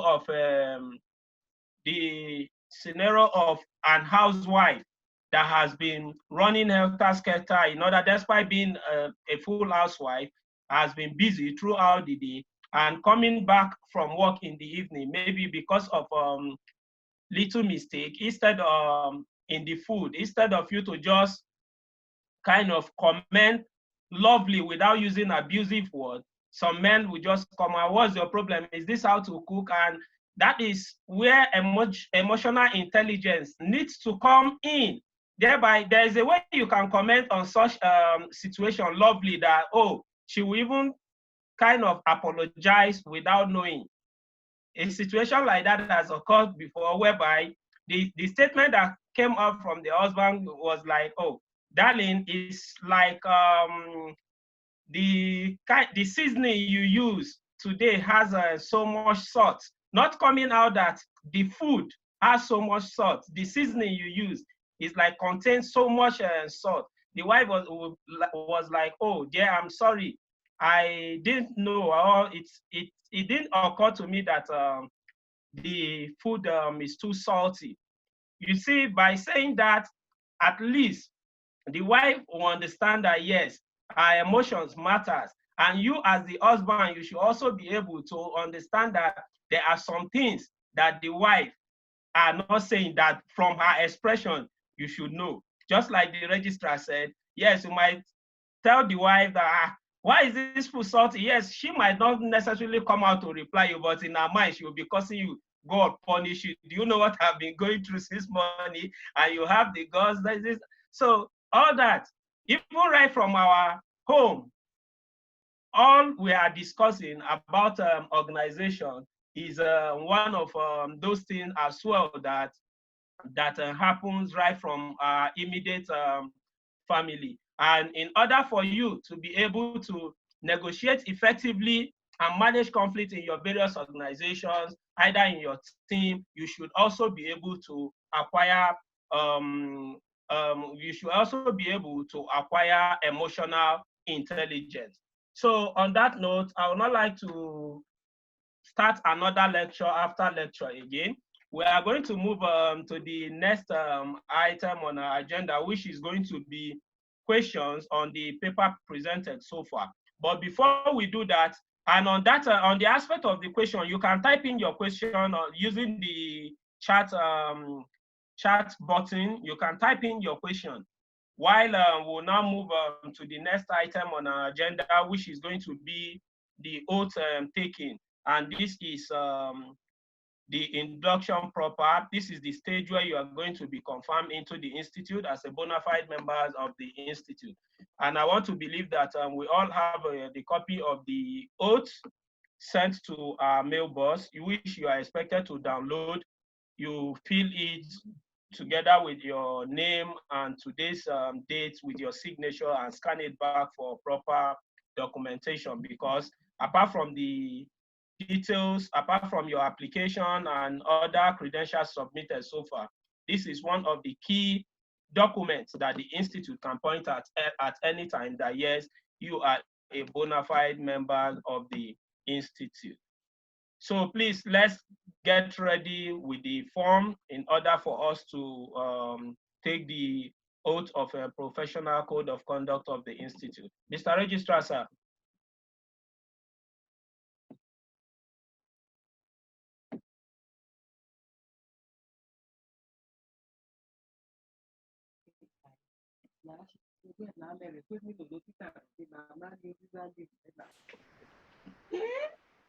Okay, Mr. Obaka.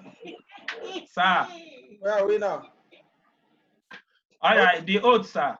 Okay. Yes. Okay, I'm sharing it live now on the screen. Are you seeing it? Are you seeing the oath? Yes, it's on. It's on, yes. Okay. This code of ethics and professional conduct describes the expectation that we have of ourselves and our fellow practitioners all over the world. It articulates the ideas to which we aspire, as well as the behavior that are mandatory in our professional volunteer roles. Therefore, as a member of the Institute of Professional Managers and Administrators of Nigeria, I, your name. You can unmute yourself. I, your name. To pledge to conduct myself professionally. I, Ihe Madu Mary Oyin. I prepare myself. Pledge to conduct myself professionally with truth, accuracy, and fairness and responsibility to the public. and responsibility to the public. To foster the highest standard of professional competence among those whom I am responsible. Foster the highest conduct of professional competence to whom. To enhance the proficiency and stature of the profession by acquiring and applying knowledge in the most appropriate way. To enhance the proficiency and stature of the profession by acquiring and applying knowledge in the most appropriate way. To participate in all professional development programs so that one's knowledge and performance are enhanced. To participate in all professional development programs. So that one's knowledge and performance are enhanced. So that one's knowledge and performance are enhanced. To dissociate myself from anything that will tarnish a good image of this institute or put the institute into disrepute. Disassociate myself from anything that will tarnish the good image of the institute into disrupt. To honor confidence received or given in the course of professional activity. To honor confidence received or given in the course of professional activity. To comply with both the letter and the intent of the laws of the country in which I practice and agreed contractual obligations. To comply with both the letter and the intent of the laws of the country in which one participates and agreed contractual obligations. To cooperate with all organizations and individuals engaged in activities which promote the development and standing of the institute. To cooperate with all organizations and individuals engaged in activities which promote the development and standing of the institute. To have a positive duty at all times to respect the truth and shall not disseminate false or misleading information. To have a positive duty at all times to respect the truth and shall not disseminate false or misleading information. To abide by and to encourage others to practice the professional code of ethics of the institute.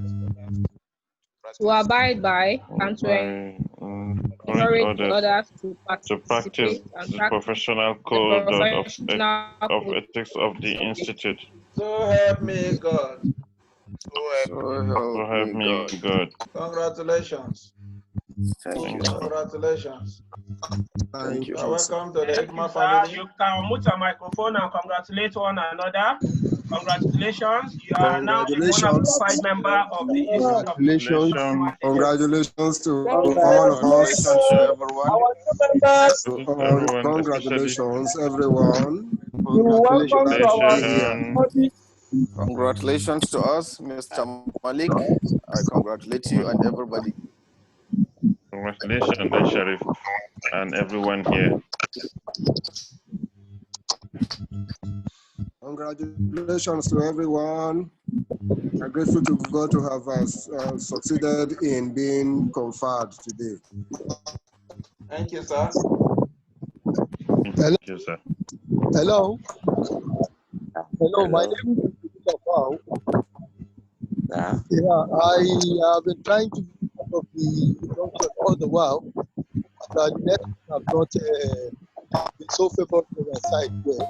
Unfortunately, I was able to be part of the opening, and I just want you to know that I've been part of the program all the while. So thank you very much. The induction done is from the little I've been able to listen to. Mr. Abubakar. Is a practice. Igebusha Fao is my name. Igebusha Fao.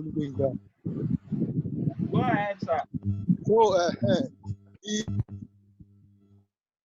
Mr. Abubakar, you can mute yourself and continue. All right. All right. Thank you once again. Congratulations to every one of you who have just been confirmed into the Institute of Professional Managers and Administrators of Nigeria. Like I said earlier on, for those of us that have a question, you can type them in on the chat button. And secondly, there's a number I just posted on the chat handle just now. You can send a message to that number via WhatsApp so that you can be added to the WhatsApp group and every other social media handle of the Institute. And a quick one, for those of us who are inducted as a fellow of the Institute, you can use the designatory letters.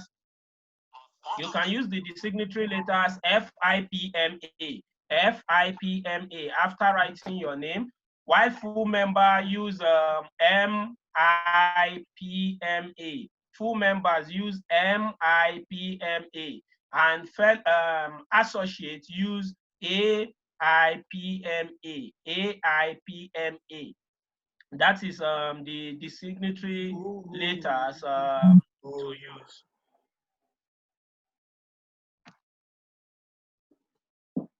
I hope that is taken. Please, for those of us that might have questions, you can kindly unmute yourself so that you communicate your question if the network from your end is clear enough for us to have it. Otherwise, you type handle. And before we take any other question, we have one question from Mr. Adelani Adebayo. We have one question from him on the chat handle here, which it goes this way, sir. In most instances, it is the employers that is found of breaching the contract or inflicting the employee. Do we have a labor laws in Nigeria? That is a question from Mr. Adelani Adebayo, sir. Yeah. That is why we have a court of arbitration. We have industrial court. At least the people go there to seek for justice. But the issue with us in Nigeria, we take anything we see. That is why you see that even when one is, we don't document a fact. Just like when you are going to the bank to get a loan now, they will give you all the long grammars. Even me, I for once, I've never been calm or patient to read all those grammars. What you are after is when you want to take a loan, is just to show you the point you are signing. You go down there and sign. Then it is when you are complaining in future that why is this, why is that this, they will show you what you have signed. That look, my friend, this is what you have done in the past. And this is against, there's nothing you can do. So imagine, when somebody is giving you something to sign, you have to take time and if possible, take it home. Take your time, go through everything and read everything. Like the employers you are telling us here, most employers knows what they are doing because they have put up every fact. And they can use that since you are the one that you are desperate to get anything. Because one thing with us is that when you stand for anything, when you stand for nothing, you fall for anything. So you notice that anywhere you take them to tomorrow, they can use anything against you. But then there are some instances where the things are documented. So they followed it up to logical end, and they are compensated.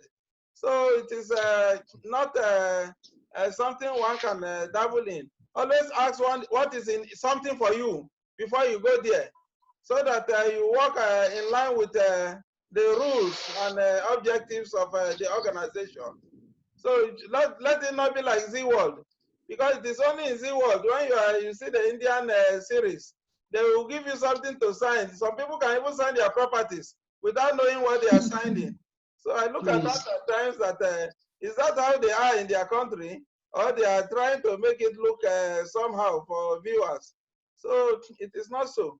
What is there is that we should follow the rigid rules and procedures, get things done, and the sky will be our starting point. If you know you have a fact to present and it is presentable, go ahead and show the whole world what you have in stock, so that you can be adequately compensated.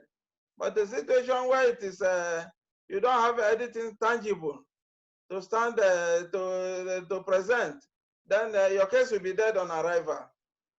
So negotiation while you are getting the job, you negotiate with the employer. Okay, what do I stand to get? What do I stand to this? Like in the civil service, we have the rigid rules and procedures. People, they follow the rigidities. So you notice that people don't do things because they want to do it. So, and it is not an easy thing.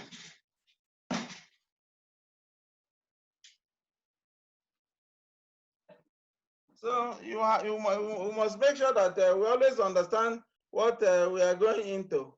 Get things done, and everyone will be happy at the end of the day. Thank you.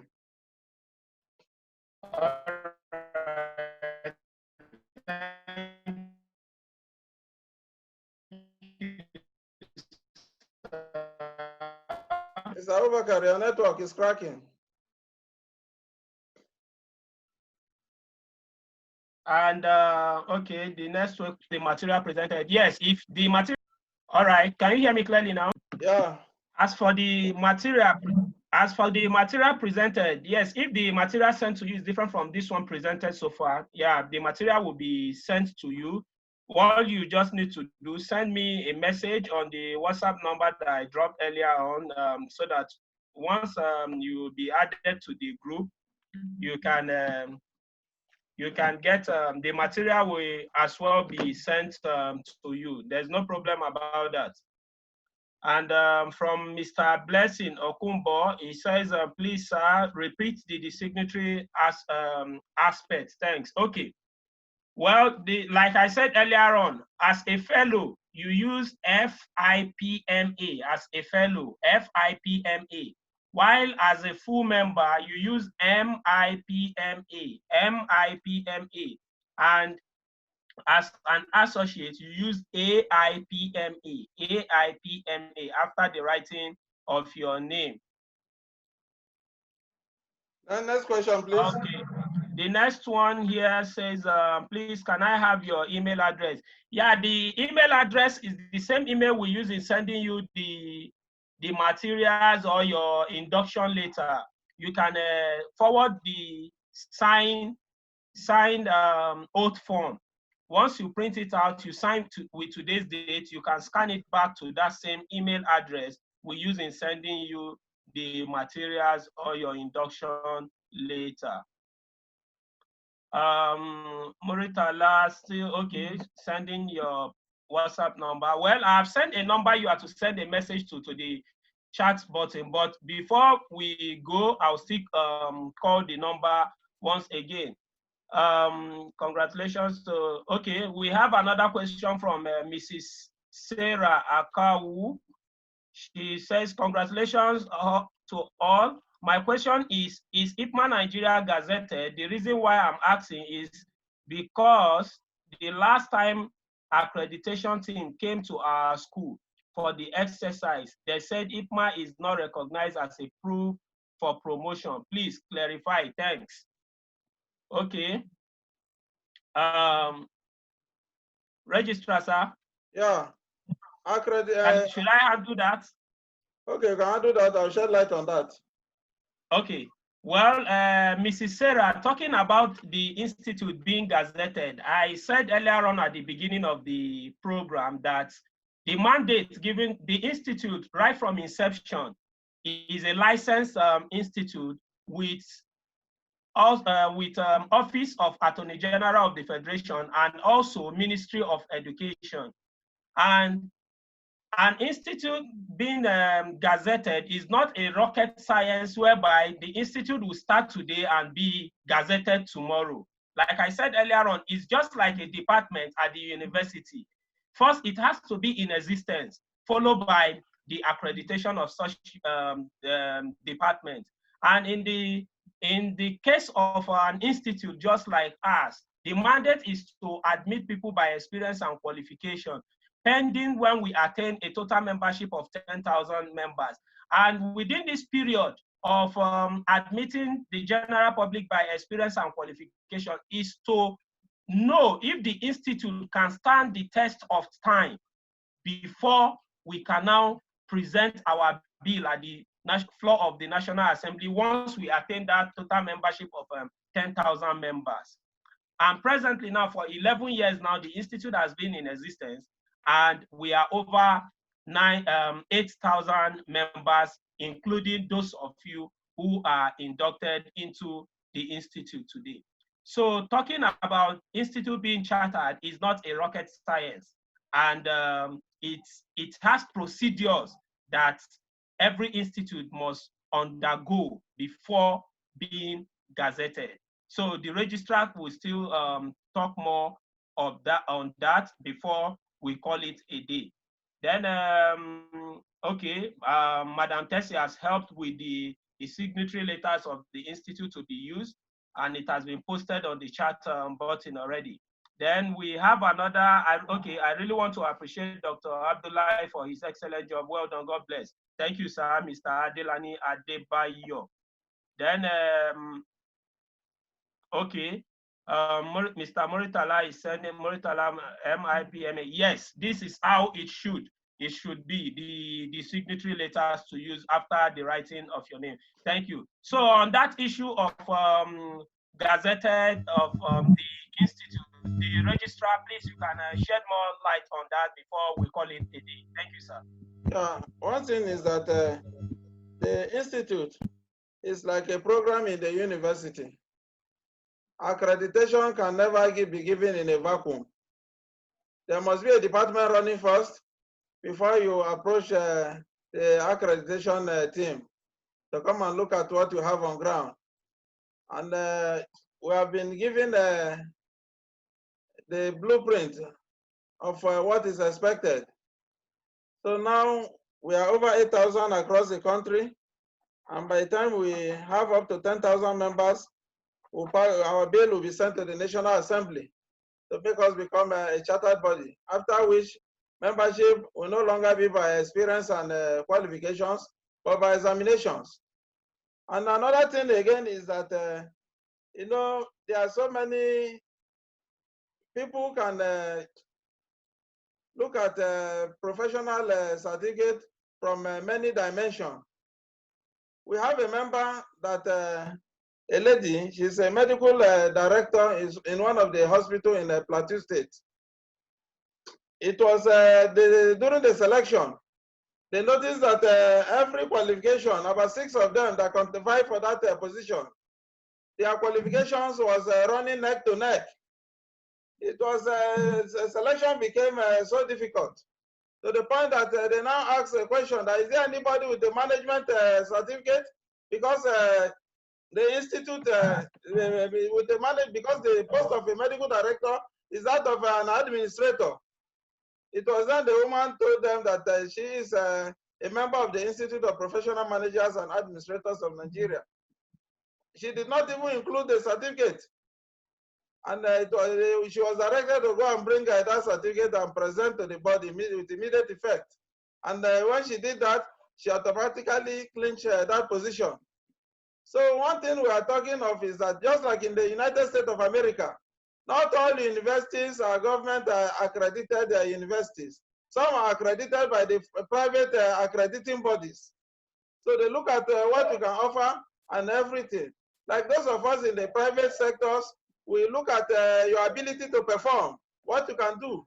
But in the public sector, because of the rigidity of rules and procedures, so they will look at every angle. But as we are talking now, most organizations have come to accept IPMA. We get letters, we get verification letters from CBN, from NNPC, from PPMC, and so many other companies. And year in, year out, they are sending their members for training. So what they do is that after every training, they assess to see if this person has actually learned what he's doing.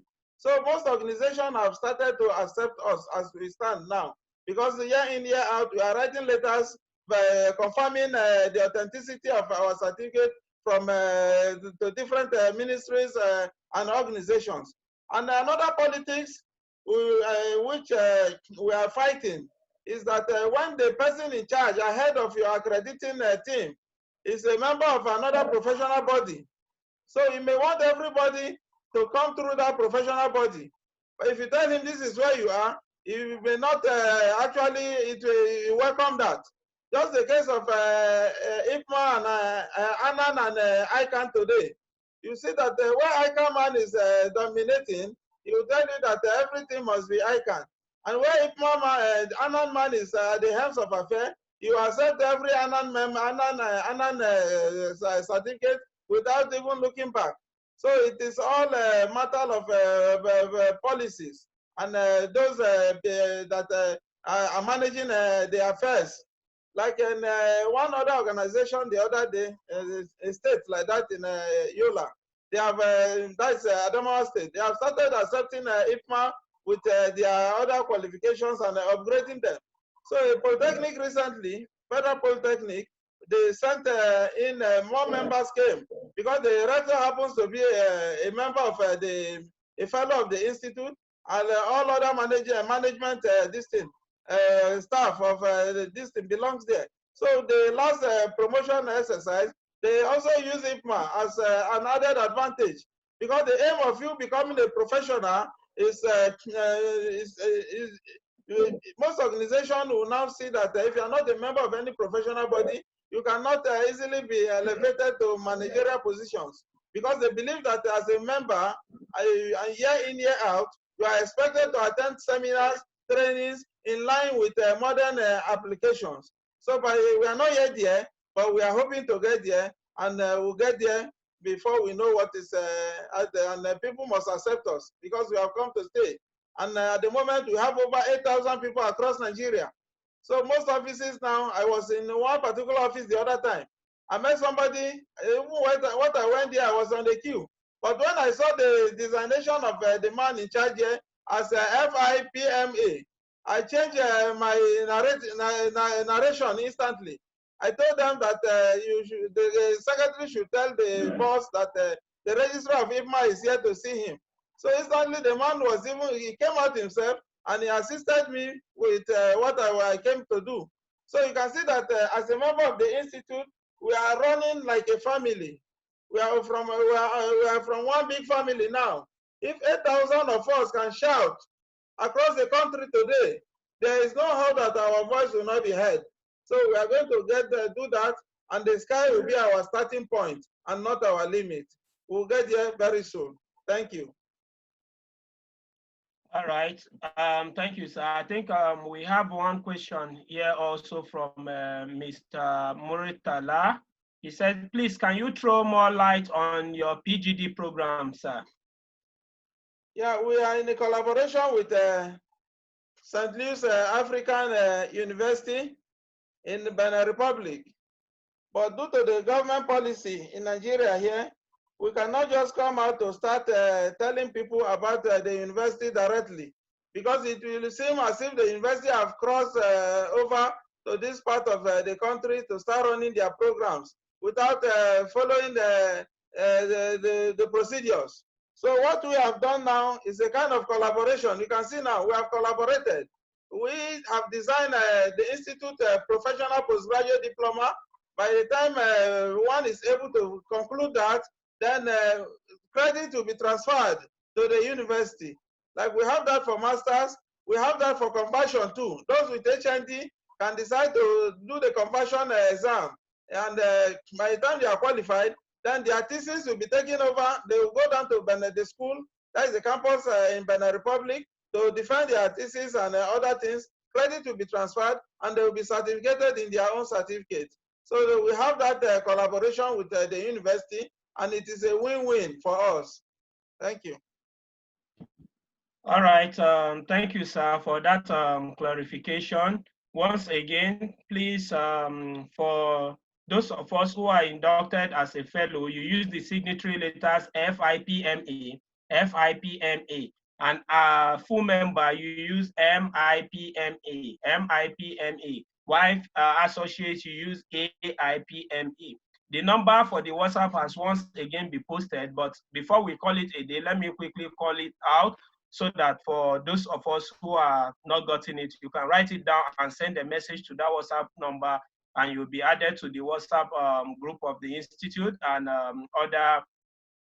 the other social media handle.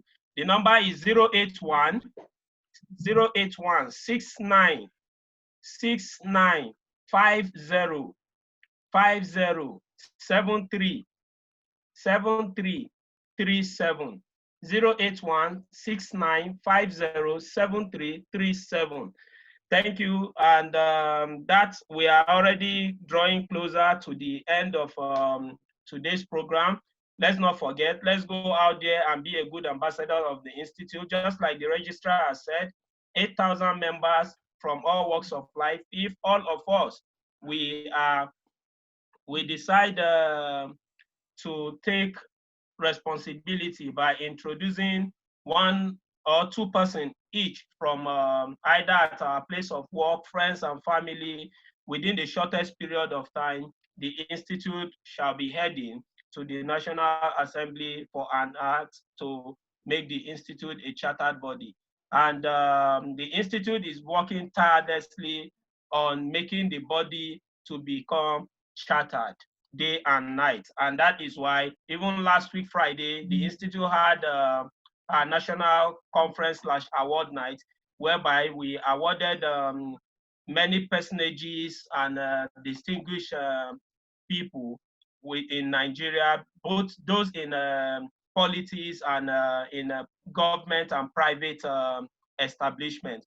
All this is to make sure that we start preparing our ways into gaining the chartered shape of the Institute.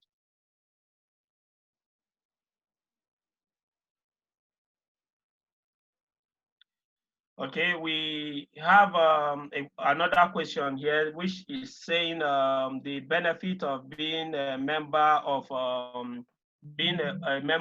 the Institute.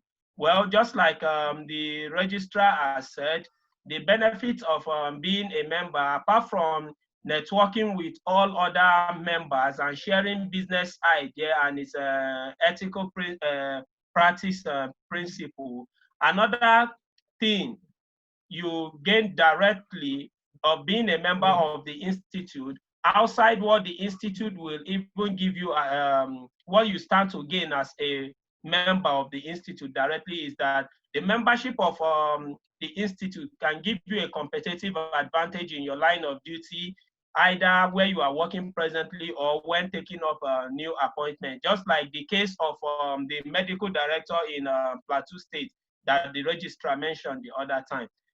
Not just that of IPMA alone. That is why you see some people having more than 4 or 5 professional certificates. All this is to give them a competitive advantage in their lines of duty or when taking up a new appointment.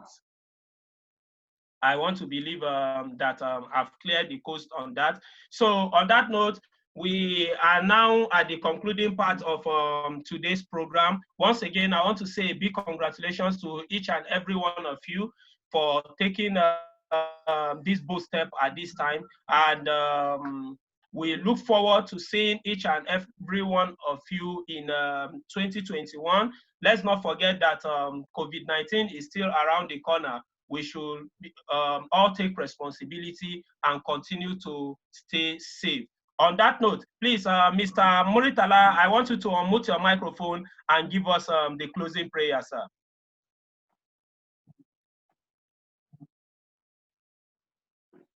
Mr. Muritala, if you can hear me, sir.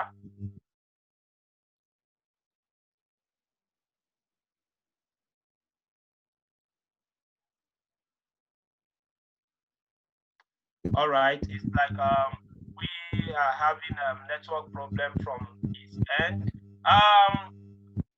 Mr. Abdul Rahim Suleiman, please unmute your microphone and give us the closing prayer, sir.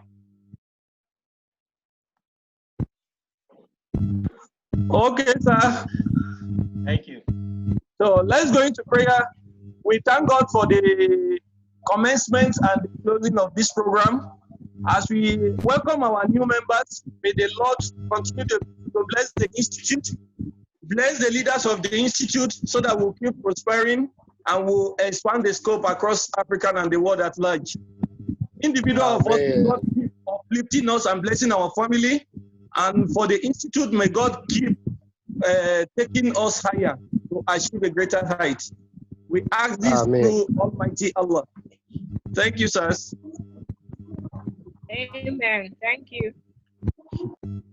Amen. Thank you. Thank you, sir, for today's induction. We look forward to see you all at the top. That brings us to the end of today's induction, and we look forward to see you all at the top. Thank you, and remain blessed and continue to stay safe. Thank you. Thank you. Congratulations. Amen. You're welcome. Thank you.